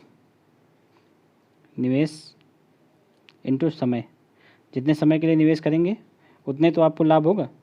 अब देखिए यहाँ पे समय का अनुपात दे रखा है, पहले समय का दे रखा है और इधर लाभ का दे रखा है, आपसे निवेश पूछा गया है तो निवेश उधर रह जाएगा, लाभ इधर आ जाएगा। ठीक है, तो निवेश बराबर क्या हो जाएगा, निवेश बराबर इन्वेस्टमेंट बराबर प्रॉफिट अपॉन टाइम, ये हो जाएगा। अब हम लोगों को क्या कर देना है, प्रॉफिट कितना है, प्रॉफिट ये 6:9:8 और समय कितना है 5:3:4। ठीक है, इसी को अलग अलग करके लिख लेंगे हम लोग। 6/5:9/3:8/4। इसको आप लोग हल कर लीजिएगा, राइट आंसर आप लोगों का निकल आएगा। ठीक है, राइट आंसर आएगा 6:15:10। बढ़ते नेक्स्ट है 8 व्यक्तियों के समूह का औसत वजन 2.5 kg बढ़ जाता है जब 54 किलो वजन के एक व्यक्ति की जगह पर एक नया व्यक्ति आ जाता है। नया व्यक्ति का वजन बताना है। देखिए 8 व्यक्तियों का जो वजन है वो 2.5 किलो बढ़ जाता है, तो 8 का वजन कितना बढ़ गया? अगर सबका जोड़ लिया जाए तो 2.5 × 8 हो गया, 258 × 8, तो कितना हो गया ये हो गया 20। तो किसी भी व्यक्ति का जो वजन होगा ये 54 kg का जो हटा है इससे 20 kg अधिक होगा, तब तो वो आकर सबके सब में 2.5 kg मतलब डिस्ट्रीब्यूट कर देगा। ठीक है, तो ये कितना हो जाएगा 74 kg का, 54 में 20 जुड़ जाएगा। बढ़ते नेक्स्ट है एक कंपनी जो एक हफ्ते में 6 दिन काम करती है और लगातार 2 हफ्ते श्रमिकों को भुगतान की गई कुल राशि 3,000 रुपये और 3,060 रुपये है। अगर 10 पुरुष और 8 महिलाएं सदस्यों ने पहले हफ्ते काम किया, 12 पुरुष 6 महिला सदस्यों ने दूसरे हफ्ते काम किया, तो क्रमशः प्रत्येक पुरुष और महिला श्रमिकों को भुगतान की गई रकम बताएं।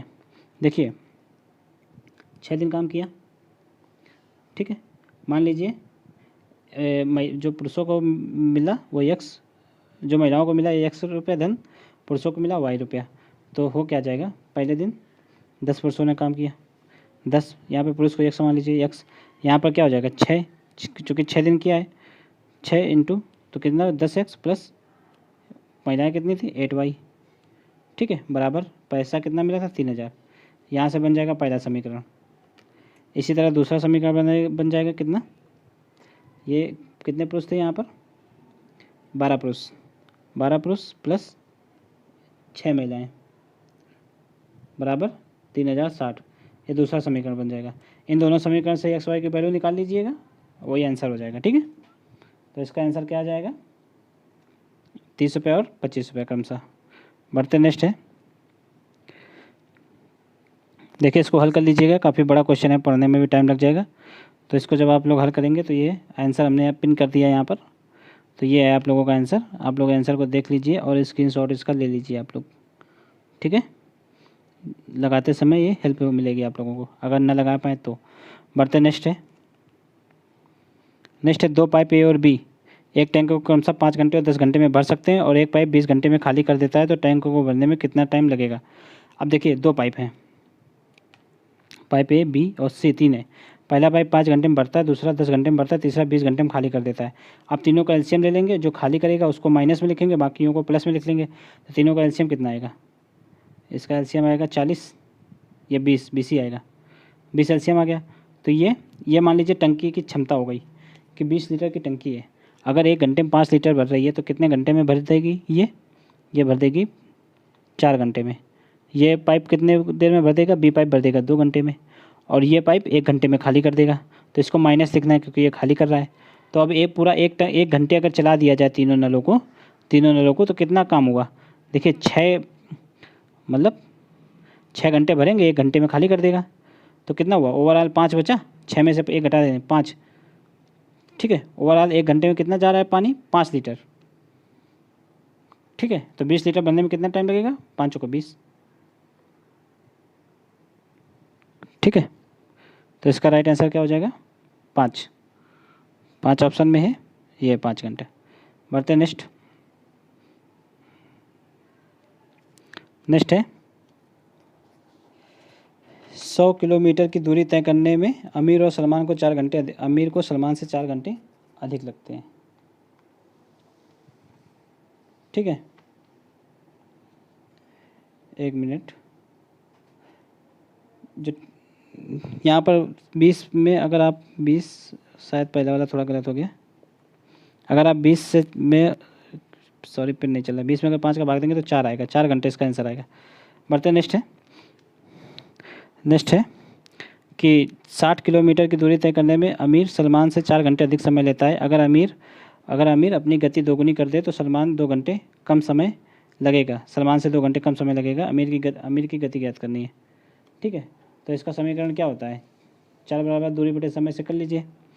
मान लीजिए आप लोग कि 60 60 किलोमीटर जाना है, ठीक है। अमीर की चाल कितनी है, अमीर की चाल 1 किलोमीटर है, और ये अधिक समय ले रहा है वाई उससे कितना घंटा, 4 घंटा देर में पहुंचता है। ये पहला समीकरण बन जाएगा। इसी तरह दूसरा समीकरण बना लीजिए, अगर उसकी चाल दोगुनी कर दी जाए तो y माइनस 60/2x हो जाएगा। यहाँ पे अमीर की चाल दोगुना हो गई तो ये दूसरा समीकरण होगा। यहाँ से x y की वैल्यू आप लोग निकाल लीजिएगा, कितना आंसर आ जाएगा। तो यहाँ पर आंसर आएगा, अगर आप लोगों को इससे भी सरल तरीका पता है तो आप लोग अपने अपने तरीके से लगाइएगा, ठीक है, ज़रूरी नहीं यही तरीका लगाएं। तो ये आंसर आएगा, आप लोग देख लेना। फिर भी अगर ना आए तो आप लोग टेलीग्राम पे मैसेज करके पूछ सकते हैं, तो हम इसका स्क्रीनशॉट आप लोगों को भेज देंगे आंसर का। नेक्स्ट है एक्स और वाई दो दोस्त हैं, 500 किलोमीटर की दूरी पर रहते हैं, 500 किलोमीटर की दूरी पर रहते हैं मान लीजिए। ये एक्स अपनी कार से बी की ओर चलता है 60 किलोमीटर प्रति घंटा से, इधर एक्स मान लीजिए, इधर वाई है, ठीक है। ये इधर जाता है 60 किलोमीटर प्रति घंटा की स्पीड से, ठीक है, 60 किलोमीटर प्रति घंटा। फिर उसके बाद है नेक्स्ट कि वाई अपनी बाइक लेता है और 50 किलोमीटर प्रति घंटा की गति से चलना शुरू करता है। ये इधर को आता है 50 किलोमीटर प्रति घंटे की रफ्तार से। अगर एक्स सुबह 9 बजे चलना शुरू करता है और वाई ने 1 घंटे बाद यात्रा शुरू की तो वह किस समय एक दूसरे से मिलेंगे।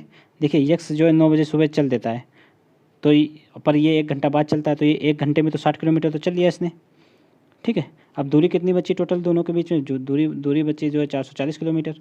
अब ये भी चलना स्टार्ट किया, तो ये चूँकि विपरीत दिशा में आ रहे हैं तो मतलब 1 घंटे में दोनों मिलाकर कितना चलेंगे, 110 किलोमीटर, ठीक है। तो 440 किलोमीटर कितनी देर में, 4 घंटे में कवर कर लेंगे, 4 घंटे में दोनों मिल जाएंगे।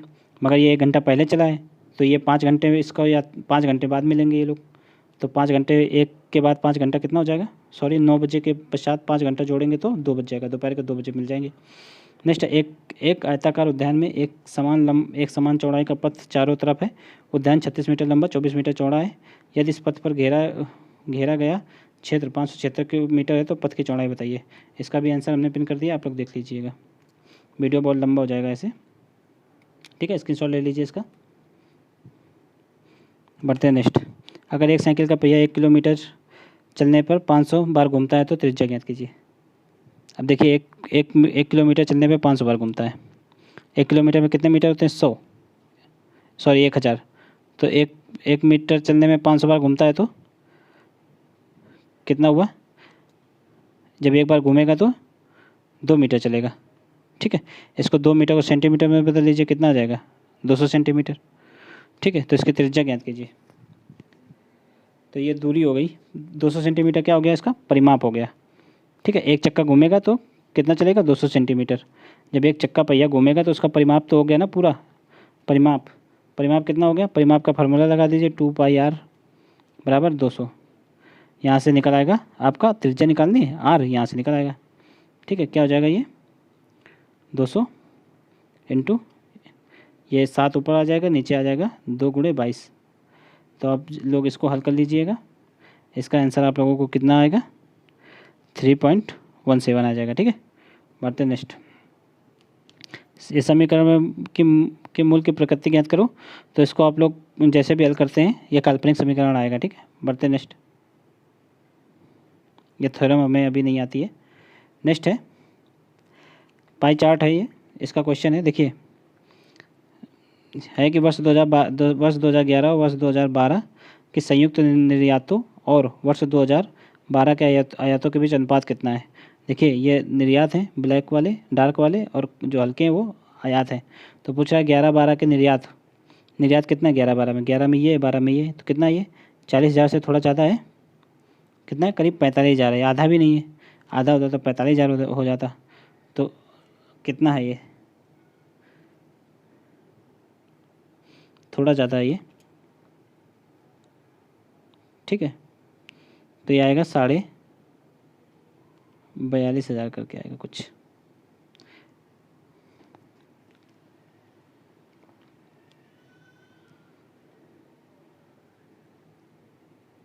ये 40,000 है, ये 60,000 है, आधा कितना होगा 50,000, पर ये आधे से थोड़ा ज़्यादा है तो 45,000 के बीच में ये करीब। तो ये 45,000 हो गया।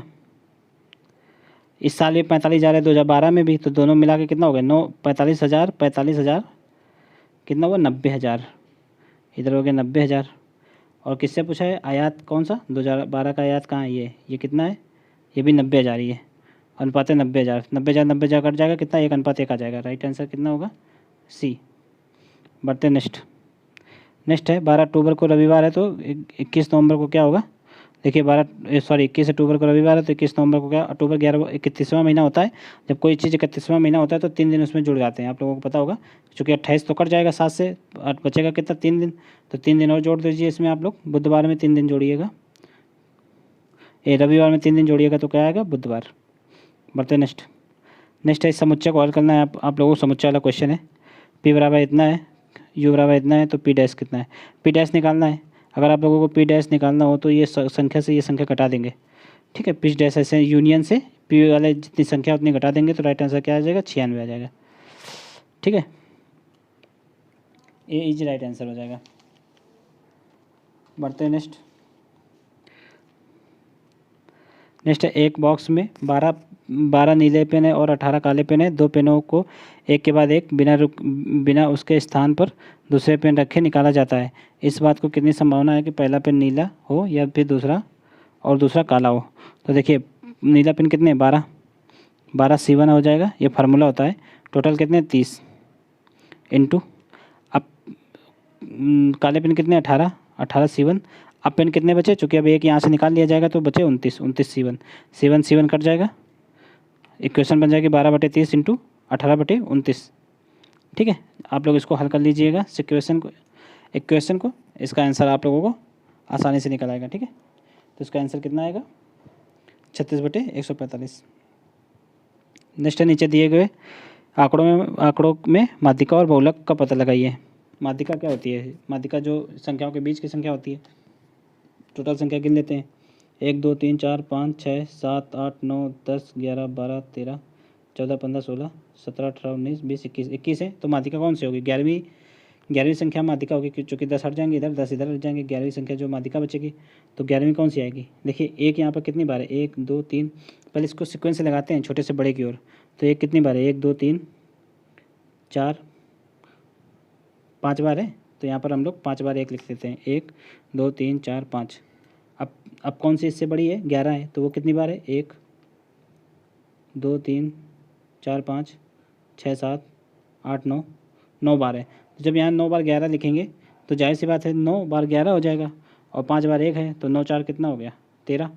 संख्या पूछी गई है 11वीं, तो 11वीं में 11 ही आएगा, ठीक है। 11वीं में 11 ही आएगा। तो देखिए माध्यिका तो हो गई 11, माध्यिका 11 हो गई, तो ये आंसर हो गया, तो ये आएगा। बहुलक देख लेते हैं। बहुलक भी 11। नेक्स्ट है एक सर्वेक्षण में पाया गया कि 90% लोगों को क्रिकेट पसंद है, 80% लोगों को हॉकी पसंद है और 75% लोगों को फुटबॉल पसंद है, 70% लोगों को स्क्वैश पसंद है। कम से कम कितने % लोगों को सभी खेल पसंद है? देखिए पहले देख लेते हैं किनको क्या नहीं पसंद है। 90% लोगों को क्रिकेट, 90% लोगों को पसंद है, तो नापसंद कितने हुए? 10% को नापसंद है। 80% लोगों को हॉकी पसंद है, तो कितने % को नहीं पसंद है? तो 20% को। 75% लोगों को फुटबॉल पसंद है, तो कितने % को नहीं पसंद है? तो 25% को। और 70% लोगों को स्क्वैश पसंद है, तो पसंद कितने लोगों को नहीं स्क्वैश? तो 30% को। टोटल नापसंद लोग ये हो गए। ये कितना हो गया? टोटल 85 आएगा। तो जब 85% लोगों को नहीं पसंद है कुछ, तो जो सबको पसंद है वो कितने निकले? 15%। राइट आंसर 15% हो जाएगा। पढ़ते नेक्स्ट अगर तरुण अरुण को हटा दिया जाए, इसको आप लोग हल कर लीजिएगा। पिन हमने यहाँ पे लगा दिया है, ठीक है। इसका स्क्रीनशॉट ले लीजिए, इसको हल कर लीजिएगा, ठीक है। बढ़ते नेक्स्ट एक घोड़े को 16 मीटर भुजा वाले एक चौकोर मैदान के एक कोने पर 14 मीटर रस्सी से के साथ बांध दिया जाता है, ठीक है। मैदान के उस क्षेत्रफल का पता लगाना है जहाँ घोड़ा नहीं पहुँच पाएगा। अब देखिए ये 16 वर्ग मीटर की भुजा है, सारी भुजाएं 16 मीटर की हैं। यहाँ पे एक घोड़ा बंधा है जिसकी एक कोने से 14 मीटर लंबी एक रस्सी के साथ बांध दिया जाता है। तो 14 मीटर की लंबी रस्सी है, इसको बांध दिया जाता है यहाँ पे घोड़े को। अब घोड़ा घूमेगा तो कैसे घूमेगा? ऐसे घूम जाएगा, ठीक है। तो ये उसका गोले का आप लोग त्रिज्या मान ले 14। तो निकालना क्या है? वर्ग का क्षेत्रफल निकाल के गोले का क्षेत्रफल निकाल के घटा देना, तो ये वाला स्थान निकल आएगा, ठीक है। चूँकि घोड़ा यहाँ पर नहीं पहुँच पाएगा, चूँकि घोड़ा बीच में बंधा है ना, तो घूमेगा तो गोल ही गोल। तो वर्ग का क्षेत्रफल कैसे निकालेंगे, भुजा इंटू भुजा, तो 10 इंटू 10 100 आ जाएगा। इसका निकाल लीजिएगा आप लोग गोले का क्षेत्रफल पाई आर स्क्वायर करके, तो इससे घटा दीजिएगा, सॉरी 16 है, 10 नहीं है, 16 है, 16 इंटू 16 तो कितना आ जाएगा, 16 इंटू 16 आप लोग करिएगा तो कर लीजिएगा आप लोग, ठीक है।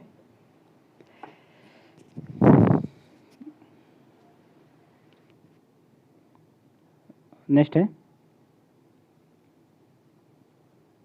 इसका आंसर आप लोगों को बता दे रहे हैं 114 का, 114 का आंसर आएगा सी आएगा, ठीक है। 20 बचेगा, सॉरी 102 मीटर आएगा।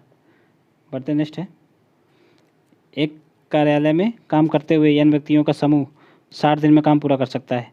n व्यक्ति हैं, 60 दिन में काम पूरा कर सकते हैं कोई काम है। अगर 12 अतिरिक्त व्यक्ति कितने लगा दिए, 12 अतिरिक्त n प्लस 12 और 12 लगा दिए गए तो काम पूरा होने में 12 दिन कम समय लगेगा। पहले 60 दिन में हो रहा था काम, अब कितने दिन में होगा, 48 दिन में। तो पहले कितने लोग काम कर रहे थे, तो यहाँ n ज्ञात करना है, तो इसको हल कर लीजिए आप लोग, इस क्वेश्चन को आंसर आ जाएगा। करना क्या, ये हो जाएगा 60n, इधर हो जाएगा 48n, 48n प्लस ये गुणा होगा ना ये पूरे में, तो ये हो जाएगा 48 इंटू 12, ठीक है।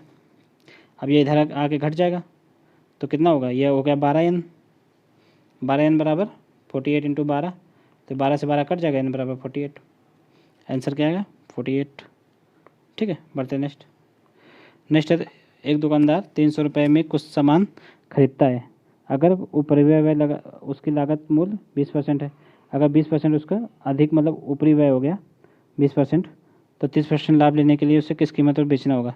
मान लीजिए 300 रुपये कोई सामान खरीदता है, अगर उस पर 20% का वो हो गया, लागत मूल्य लग गई एक्स्ट्रा, मान लो किराया वगैरह, तो इसका 300 का 120% पहले निकाल लीजिए, ठीक है। तो कितना हो जाएगा, 12×36, ये हो गया 360। अब 360 रुपये हो गया उसका, 360 रुपये। अब इसको अगर 30% के लाभ पे बेचना है तो कितने का बेचना होगा, तो 360 का 30% के लाभ पे बेचना है तो इसको 130 से, मतलब पूरी वस्तु तो 100% होती है ना, तो 30% लाभ पे बेचना है, तो यानी कि 130% में बेचना है, तो 130% का जब आप लोग सामान बिकने बदलेंगे तो 100 से भाग डिवाइड कर देना पड़ेगा 13 से। अब ये 13 से गुणा कर दीजिए 36 में, आंसर आ जाएगा 13, 13×50 13×78, कैरी लगा 7, 39 7, 39 और 7 आएगा 46, तो 1468 आएगा, 468 सी एच आएगा आंसर। बढ़ते नेक्स्ट है, इसको भी आप लोग कर लीजिएगा, ठीक है, पढ़ के। इसका आंसर हमने पिन कर दिया यहाँ पर, आप लोग देख लीजिए, ठीक है, स्क्रीनशॉट ले लीजिए इसका भी। बढ़ते नेक्स्ट है, विपरीत धाराओं में चल रही दो ट्रेनों के प्लेटफॉर्म पर खड़े एक आदमी, आप लोग इसको कर लीजिएगा, ठीक है, इसको भी ट्रेन का है, आसानी से हो जाएगा। अब हम लोग मेन क्वेश्चन करेंगे। नेक्स्ट है, 31 मैचों में धोनी का औसत 31 रन है। अपने औसत से 2 रन की वृद्धि के लिए उसे अगले मैच में कितने रन बनाने होंगे। देखिए 31 मैच में 31 का औसत है, तो पूरा मैच कितने हो गए, 31 मैच में उसके रन कितने हो गए, 31 इंटू 31 हो जाएगा, कितना हो गया 31 का 1 कैरी लगा 3, 31 थे 93 3 96, तो 961 रन हुए। अब उसको 32वें पारी में कितने रन बनाने हैं, तो इसका औसत 2 बढ़ जाए, ठीक है, औसत कितना हो जाए 33 का हो जाए सब में, तो अब इसका गुणा कर दीजिए, ठीक है, जितना आए तो उसको 961 से घटा देना, वही आंसर आ जाएगा। तो इसका करिए 33 दूना 66, कैरी लगा 6, 33 है 99, 99 6 105, ठीक है। अब इसको आप लोग जब घटा दीजिएगा तो कितना आ जाएगा, इसी में 39 जुड़ जाएगा, 56 में कितना हो जाएगा जब आप लोग इसको घटाएंगे, ठीक है, तो इसमें आप लोगों का शेष बचेगा 95, ठीक है।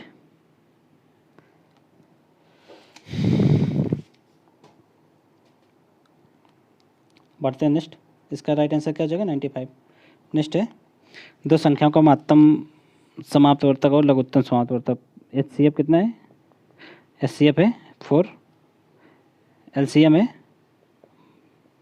150, एक संख्या 25 है, दूसरी ज्ञात करना है, तो इसका फार्मूला क्या होता है, HCF इंटू LCM बराबर प्रथम संख्या इंटू द्वितीय संख्या, तो ये कितनी हो गई 4 इंटू 150 बराबर 25 इंटू एक्स मान लीजिए दूसरी संख्या जो निकालनी है, 25 इधर आ जाएगा, या फिर ऐसे काट दीजिए, 25 छक्का 150, 6 चौक 24, 24 आंसर आ जाएगा।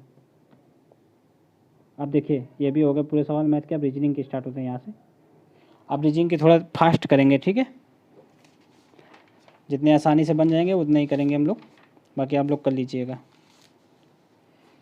रीजनिंग के। पहला क्वेश्चन है कि इसमें ये आप लोगों को भरना है, ठीक है, तो कैसे भरेंगे। 9 में 2 का गुणा करके 1 घटा देना है, 9 दूनी 18 में 1 घटाओ 17 बचा, ठीक है। 100 और उसके बाद कहाँ चला गया, हाँ 160 दूनी 320 में 1 घटाओ 319 बचा।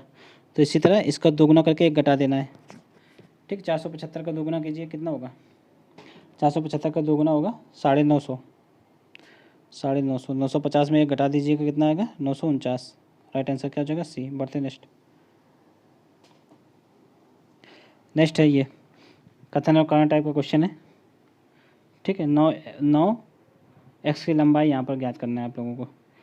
तो इसमें 2 कथन दिए गए हैं आप लोगों को, इसको आप लोग मैथमेटिक्स के तरीके हल कर लीजिएगा, ठीक है।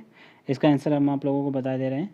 इसका आंसर आएगा आप लोगों का डी नंबर आंसर आएगा, ठीक है। तीनों के आंकड़े आप लोग यूज करेंगे तब नाव की लंबाई निकल पाएगी। बढ़ते नेक्स्ट है 2 कथन दिए गए हैं, ठीक।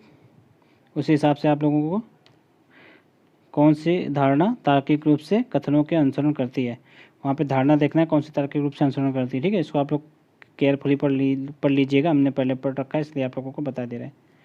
तो कौन सी धारणा होगी जो तार्किक रूप से अनुसरण करेगी, तो स्टेटमेंट है कि पीएचडी गणित की लिखित परीक्षा के लिए बुलाए गए अभ्यर्थियों के लिए पत्र में एक वाक्य है, क्या है, आपको अपनी यात्रा का व्यय स्वयं वहन करना है आदि, ये सब लिखा हुआ है। तो इसमें क्या है कि यदि स्पष्ट न हो तो सभी अभ्यर्थी व्ययों की प्रतिपूर्ति का दावा कर सकते हैं।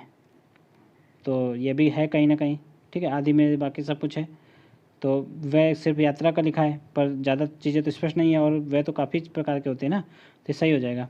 अनेक संगठन लिखित परीक्षा के लिए बुलाए गए अभ्यर्थियों को यात्रा व्ययों की प्रतिपूर्ति देते हैं। तो जाहिर सी बात है अनेक संगठन देते होंगे, तब तो यहाँ पे लिखा है कि यात्रा का तो साफ लिखा है कि आप लोगों को यात्रा का तो स्वयं देना होगा। तो ये सही है, तो दोनों सही है, ठीक है। दोनों किस में, डी में। बढ़ते नेक्स्ट है संख्या 1 और संख्या 2 के अंतर्गत 2 तर्क का अनुसरण करता है। ध्यानपूर्वक पढ़कर निर्णय लें कि कौन सा तर्क अधिक मजबूत है।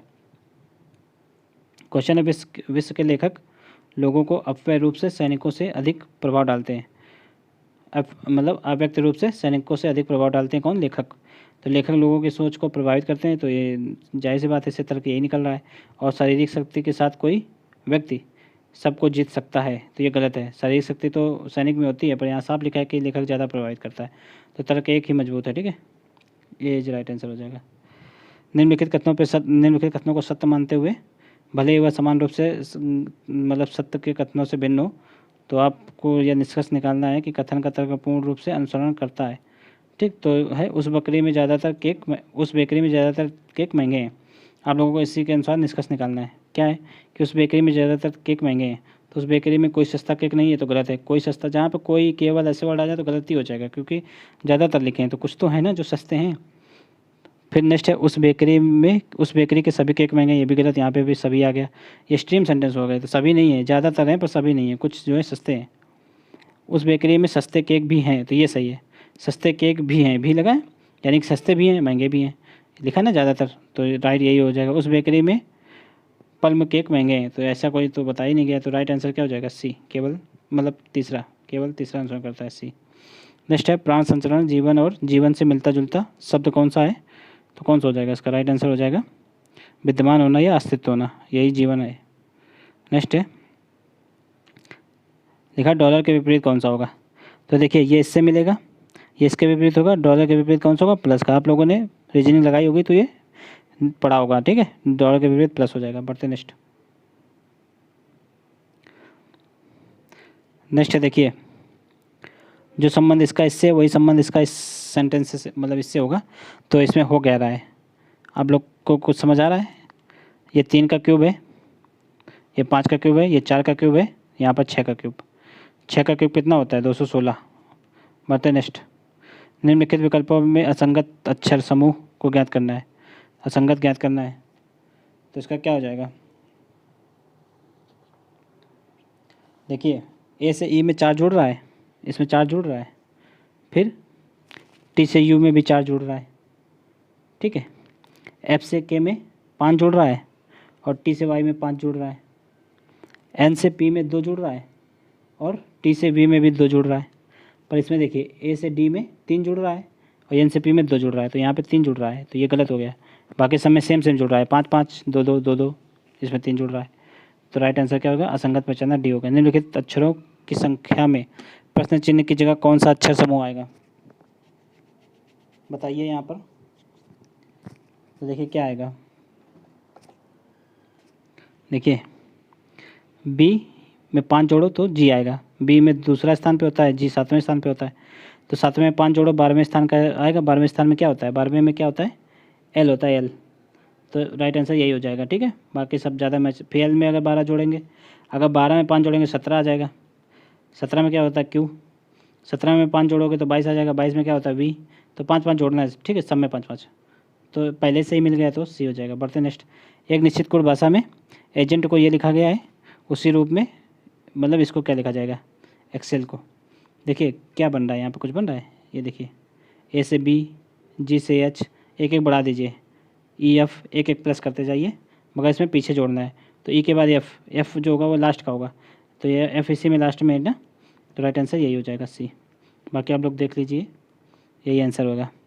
ये देख लीजिए आप लोग, लिखा है राजीव पश्चिम की दिशा में चलना शुरू करता है। राजीव है पश्चिम की दिशा में चलना शुरू किया राजीव ने।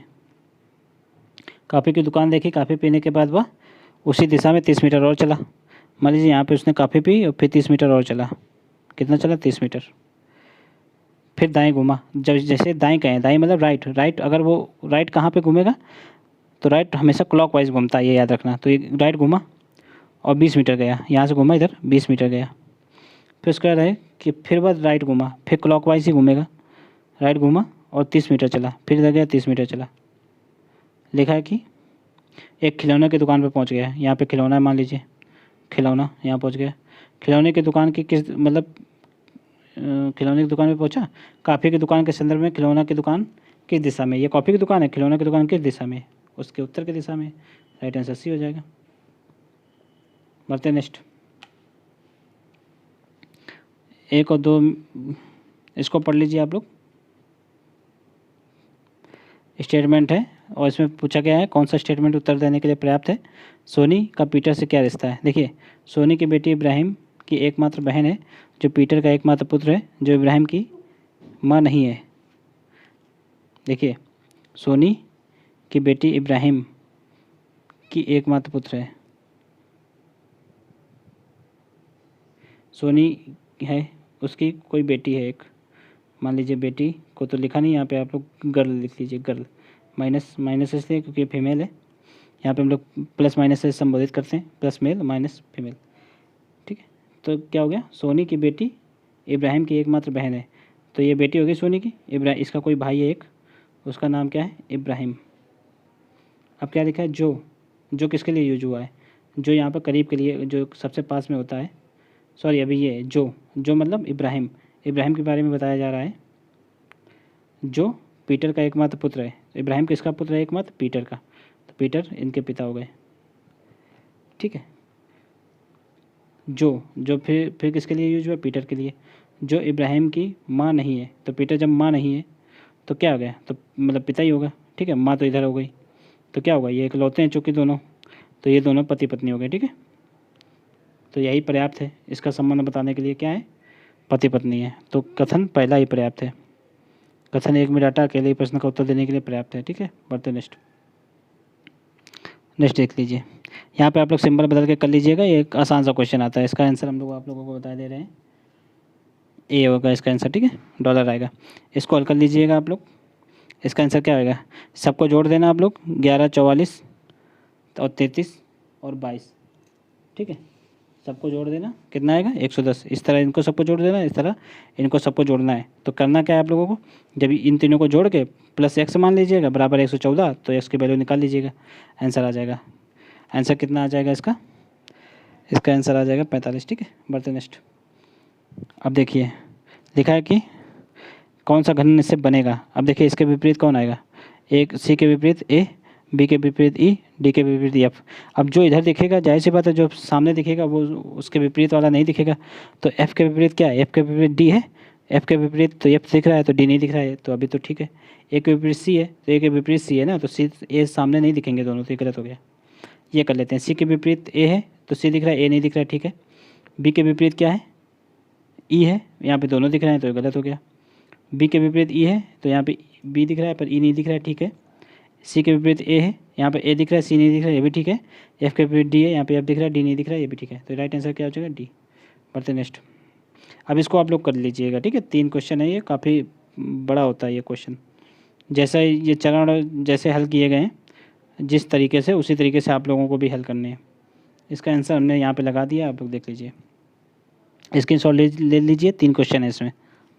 बढ़ते नेक्स्ट।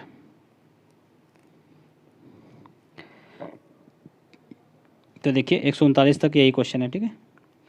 37 से 39 तक 3 क्वेश्चन है। नेक्स्ट है 40। यहाँ पर ये जो क्वेश्चन मार्क है उसको आप लोगों को हल करना है। क्वेश्चन मार्क की जगह पे क्या आएगा, हो क्या रहा है देखिए, इसमें जो ये संख्या लिखी है उसी की आधी जोड़ देनी है। 10 की आधी जोड़िए 5, 15 का आधा जोड़ दीजिए 7.5 जोड़िएगा तो 22.5 आएगा। 22.5 का आधा जोड़िएगा यानी कि 11.25 जोड़िएगा तो इतना आएगा, इसका आधा इतना। तो हुआ क्या है कि सबका आधा आधा जुड़ता जा रहा है, तो राइट आंसर क्या होगा, ए।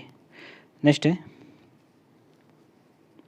एक स्कूल में बाल दिवस के दिन 175 बच्चों के लिए समान मिठाइयाँ बांटनी थी, ठीक है।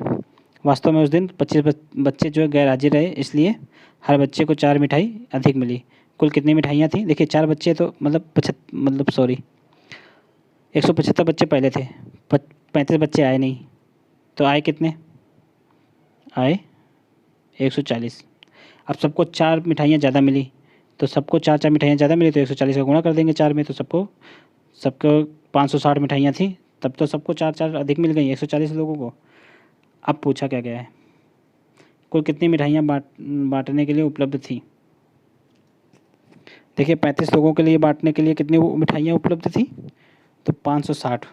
तो 175 को कितनी उपलब्ध होंगी उसी को निकाल लेना है आप लोगों को, ठीक है। यहाँ 35 से डिवाइड करेंगे तो एक लोग के लिए आ जाएगा, यहाँ से 175 कर देंगे सबके लिए आ जाएगा। आप लोग निकाल लीजिए 35 से, यहाँ से अगर 35 से इसको काटेंगे कितने बार में कट जाएगा, 175 35 से, 35 दूना 70, 5 बार में कट जाएगा ये, ठीक है। और 5 का यहाँ से गुणा कर दीजिए, कितना होगा 5 का 30 का 0, यहाँ पे 0 रहेगा, यहाँ से लगेगा 3 और कितना 5 से काट रहे हैं ना, 25 3 25 3 28, तो 2800 आ जाएगा इसका आंसर।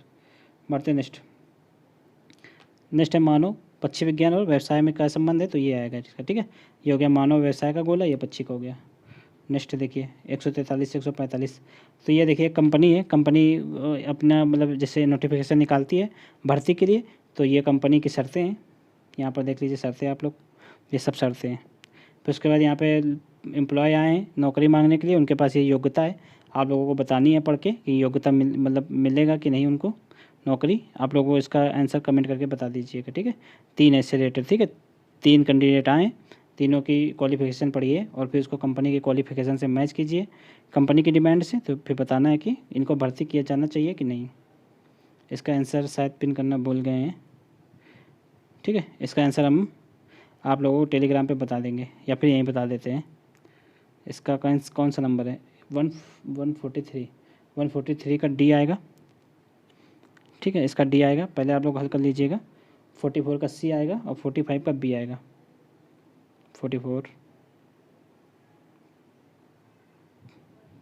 45 का बी आएगा, ठीक है।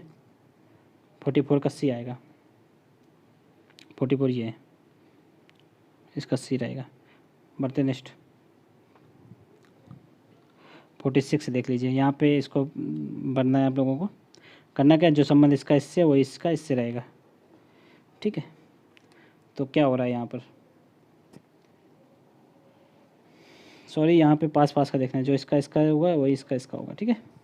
अब देखिए हो क्या रहा है, एस आर, आर के बाद एस आर है, -1 क्यू के बाद आर -1, पी के बाद क्यू -1, क्यू के बाद पी -1, ये ओ है, ठीक है। ओ के बाद पी आएगा, यहाँ पे ओ रखिए। अब सब में एक एक माइनस करते जाना है, तो एल के अगर यहाँ से अगर जोड़ भी देंगे तब भी हो जाएगा। एल में एक जोड़ो, एल के बाद एम आएगा, तो लास्ट में एम रहेगा, यही राइट आंसर हो जाएगा सी। लास्ट में एम इसी में। बढ़ते नेक्स्ट है। बंजारा का जो संबंध निवासी से वही विदेशी से किससे होगा? देखिए बंजारा निवासी अपोजिट है, बंजारा घूमते रहते हैं, निवासी एक जगह रहकर निवास करते हैं, तो उसी तरह विदेशी का अपोजिट क्या हो जाएगा? स्वदेशी। बढ़ते नेक्स्ट। नेक्स्ट है इसमें से दूसरे विकल्प को भिन्न है, कौन सा है जो इनसे भिन्न है? देखिए नियॉन, आर्गन और हीलियम ये अक्रिय गैसें हैं और हाइड्रोजन इनसे भिन्न है, तो हाइड्रोजन हो जाएगा इसका राइट आंसर। इसको हल करिए, असंगत संख्या ज्ञात करनी है।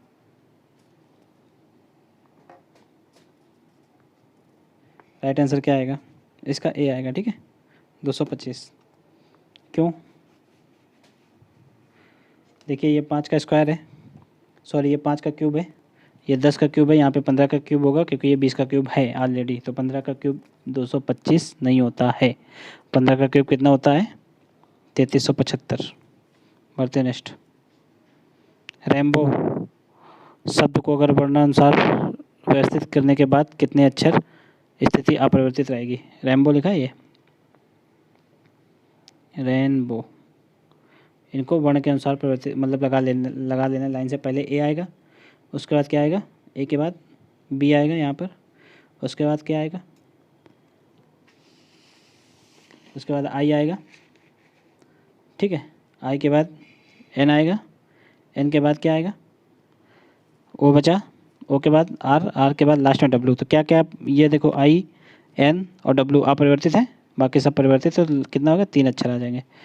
नेक्स्ट है श्रृंखला, इसको मतलब पूरा करना है श्रृंखला को आप लोगों को, इसको आप लोग कर लीजिएगा, ठीक है। बढ़ते नेक्स्ट। इसका राइट आंसर 185 आएगा, ठीक है। हो क्या रहा है देख लीजिए, इसमें 41 को जोड़ा गया है, इसमें 43 को जोड़ा गया है, फिर इसमें 47 को जोड़ा गया है, इसमें 53 जोड़ दीजिए, लास्ट वाले में 61 जोड़ना है। बढ़ते नेक्स्ट। डायरेक्शन का सवाल है, कर लीजिएगा इसको भी आप, बहुत आसान है ये वाला। इसका आंसर क्या आएगा हम बता दे रहे हैं आप लोगों को, 152 का डी आएगा, 13 किलोमीटर, ठीक है। करते हैं क्या? देखिए शहर क्यू पी, मतलब शहर क्यू पी के दक्षिण में 12 किलोमीटर है, पी कहीं पे है, यहाँ पे शहर क्यू है, कितने दूरी पे? 12 किलोमीटर। फिर आर शहर क्यू के उत्तर पश्चिम में 13 किलोमीटर है, क्यू से उत्तर पश्चिम में इस ओर आर है, कितना? 13 किलोमीटर, ठीक है। उत्तर पश्चिम इधर है ना। फिर है और शहर पी के पश्चिम में, शहर पी के पश्चिम में है, ये देखिए शहर एस, शहर आर के दक्षिण में 24 किलोमीटर है, यहाँ पे कहीं यस है 24 किलोमीटर दूर। 12 ये हो गया, 12 और ये नीचे चला जाएगा, 12 में इसके सामने आ जाएगा, 12 और नीचे चला गया। अब क्या बचा? शहर यस और क्यू कितनी दूरी पर है और किस दिशा में, ये दूरी निकालनी है। ये यस हो गया, किस दूरी पर, कितनी दूरी पर है ये निकालना है। देखिए इसका क्या हो जाएगा, ये 12 ये 13, तो ये कितना निकल के आएगा? 25 आएगा, ठीक है। जब ये 25 आएगा तो ये भी 25 रहेगा, जब ये 25 रहेगा तो ये 12 रहेगा, तो ये कितना रहेगा? 13। 145 नंबर देखना है हम लोगों को, सॉरी 152, ये 12 है, पाइथागोरस प्रमेय से ये 5 आएगा, ठीक है, 25 नहीं आएगा यहाँ पर। तो ये 25 तो ये 5, मतलब ये 5 तो ये 5, ये 5 ये 12, तो ये कितना आएगा? 13। तो कितना? 13 किलोमीटर है, किस दिशा में है ये पूरा उत्तर पूर्व दिशा में 12 किलोमीटर, 13 किलोमीटर, 13 किलोमीटर दक्षिण पश्चिम में ये, ठीक है, उत्तर पूर्व नहीं। बढ़ते नेक्स्ट।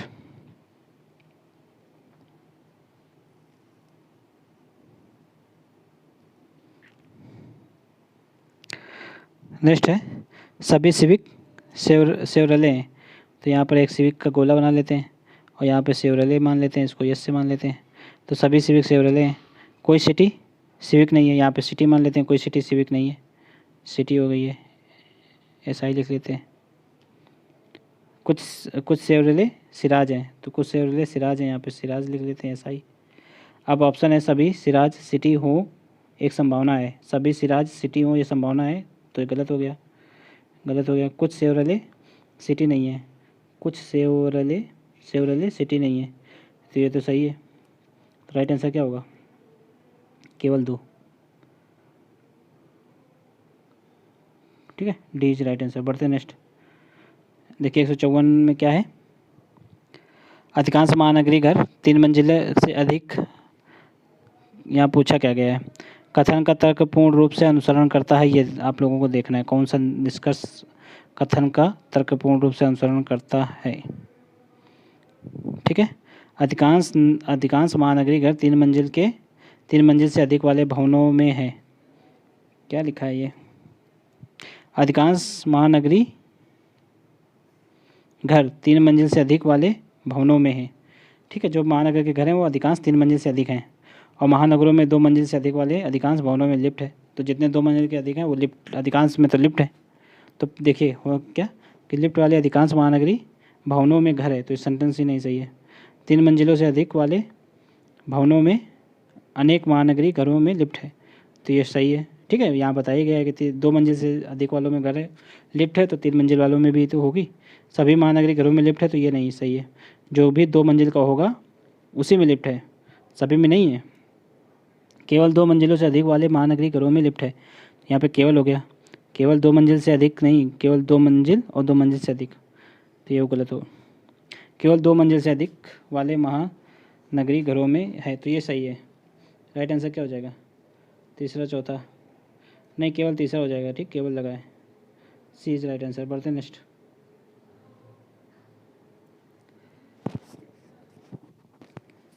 अब इसको आप लोग कर लीजिएगा, काफ़ी देर हो गई बताते बताते। इसका आंसर हम आप लोगों को बता दे रहे हैं। 155 का आंसर क्या आएगा? सी आएगा, 9 अनुपात ही है। इसको देख लीजिए आप लोग, इसमें भिन्न आकृति पहचाननी है, तो क्या उनसे भिन्न होगी? देखिए एक बार, ये भिन्न है। इसमें देखिए, इसमें भी स्टार अंदर, इसमें भी अंदर है, इसमें भी अंदर है, पर इसमें कुछ नहीं है, तो यही भिन्न हो गई। नेक्स्ट देखिए, ये सीटिंग अरेंजमेंट का है, सीटिंग अरेंजमेंट नहीं है। इसमें देख लीजिए, सबसे पहले पूछा क्या है कि इन सभी में सबसे कम डोसा किसने खाया। तो देखिए सबसे कम वाला पूछा गया है। अब जो ज़्यादा खाता जाएगा उसको हम लोग घटाते जाएंगे। जैसे ABCD एक होटल गए और एक गोल मेज में चारों ओर केंद्र की ओर मुँह करके बैठ गए, उन सभी ने डोसा खाया। B ने C से ज़्यादा डोसा खाया, तो B ने तो अधिक खाया ना, इसको हटा दो। C से ज़्यादा डोसा खाया, C के बाईं ओर से दूसरे स्थान पर बैठा था, जबकि D जो कि C के दाईं ओर बैठा था, ये बैठने हटने का कोई मतलब नहीं यहाँ पर, उसने A के जितना ही डोसा खाया, D ने A के जितना डोसा खाया। आगे क्या है? D के दाईं ओर दूसरे स्थान पर बैठा है, जो D के दाईं ओर दूसरे स्थान पर बैठा है, B ने A से कम डोसा खाया। जब A ने B से ज़्यादा खाया तो D ने भी ज़्यादा खाया, B ने ऑलरेडी C से ज़्यादा खा रखा है, तो सबसे कम किसने खाया? C ने। राइट आंसर B हो जाएगा। अब देखिए, इसमें से जो भिन्न संख्या वो पहचाननी है। कौन से भिन्न है बताइए आप लोग?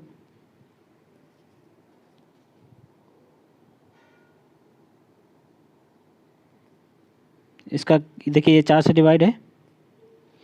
4 से डिवाइड वही संख्या होती हैं जिनके लास्ट की 2 संख्याएं 4 से डिवाइड हो।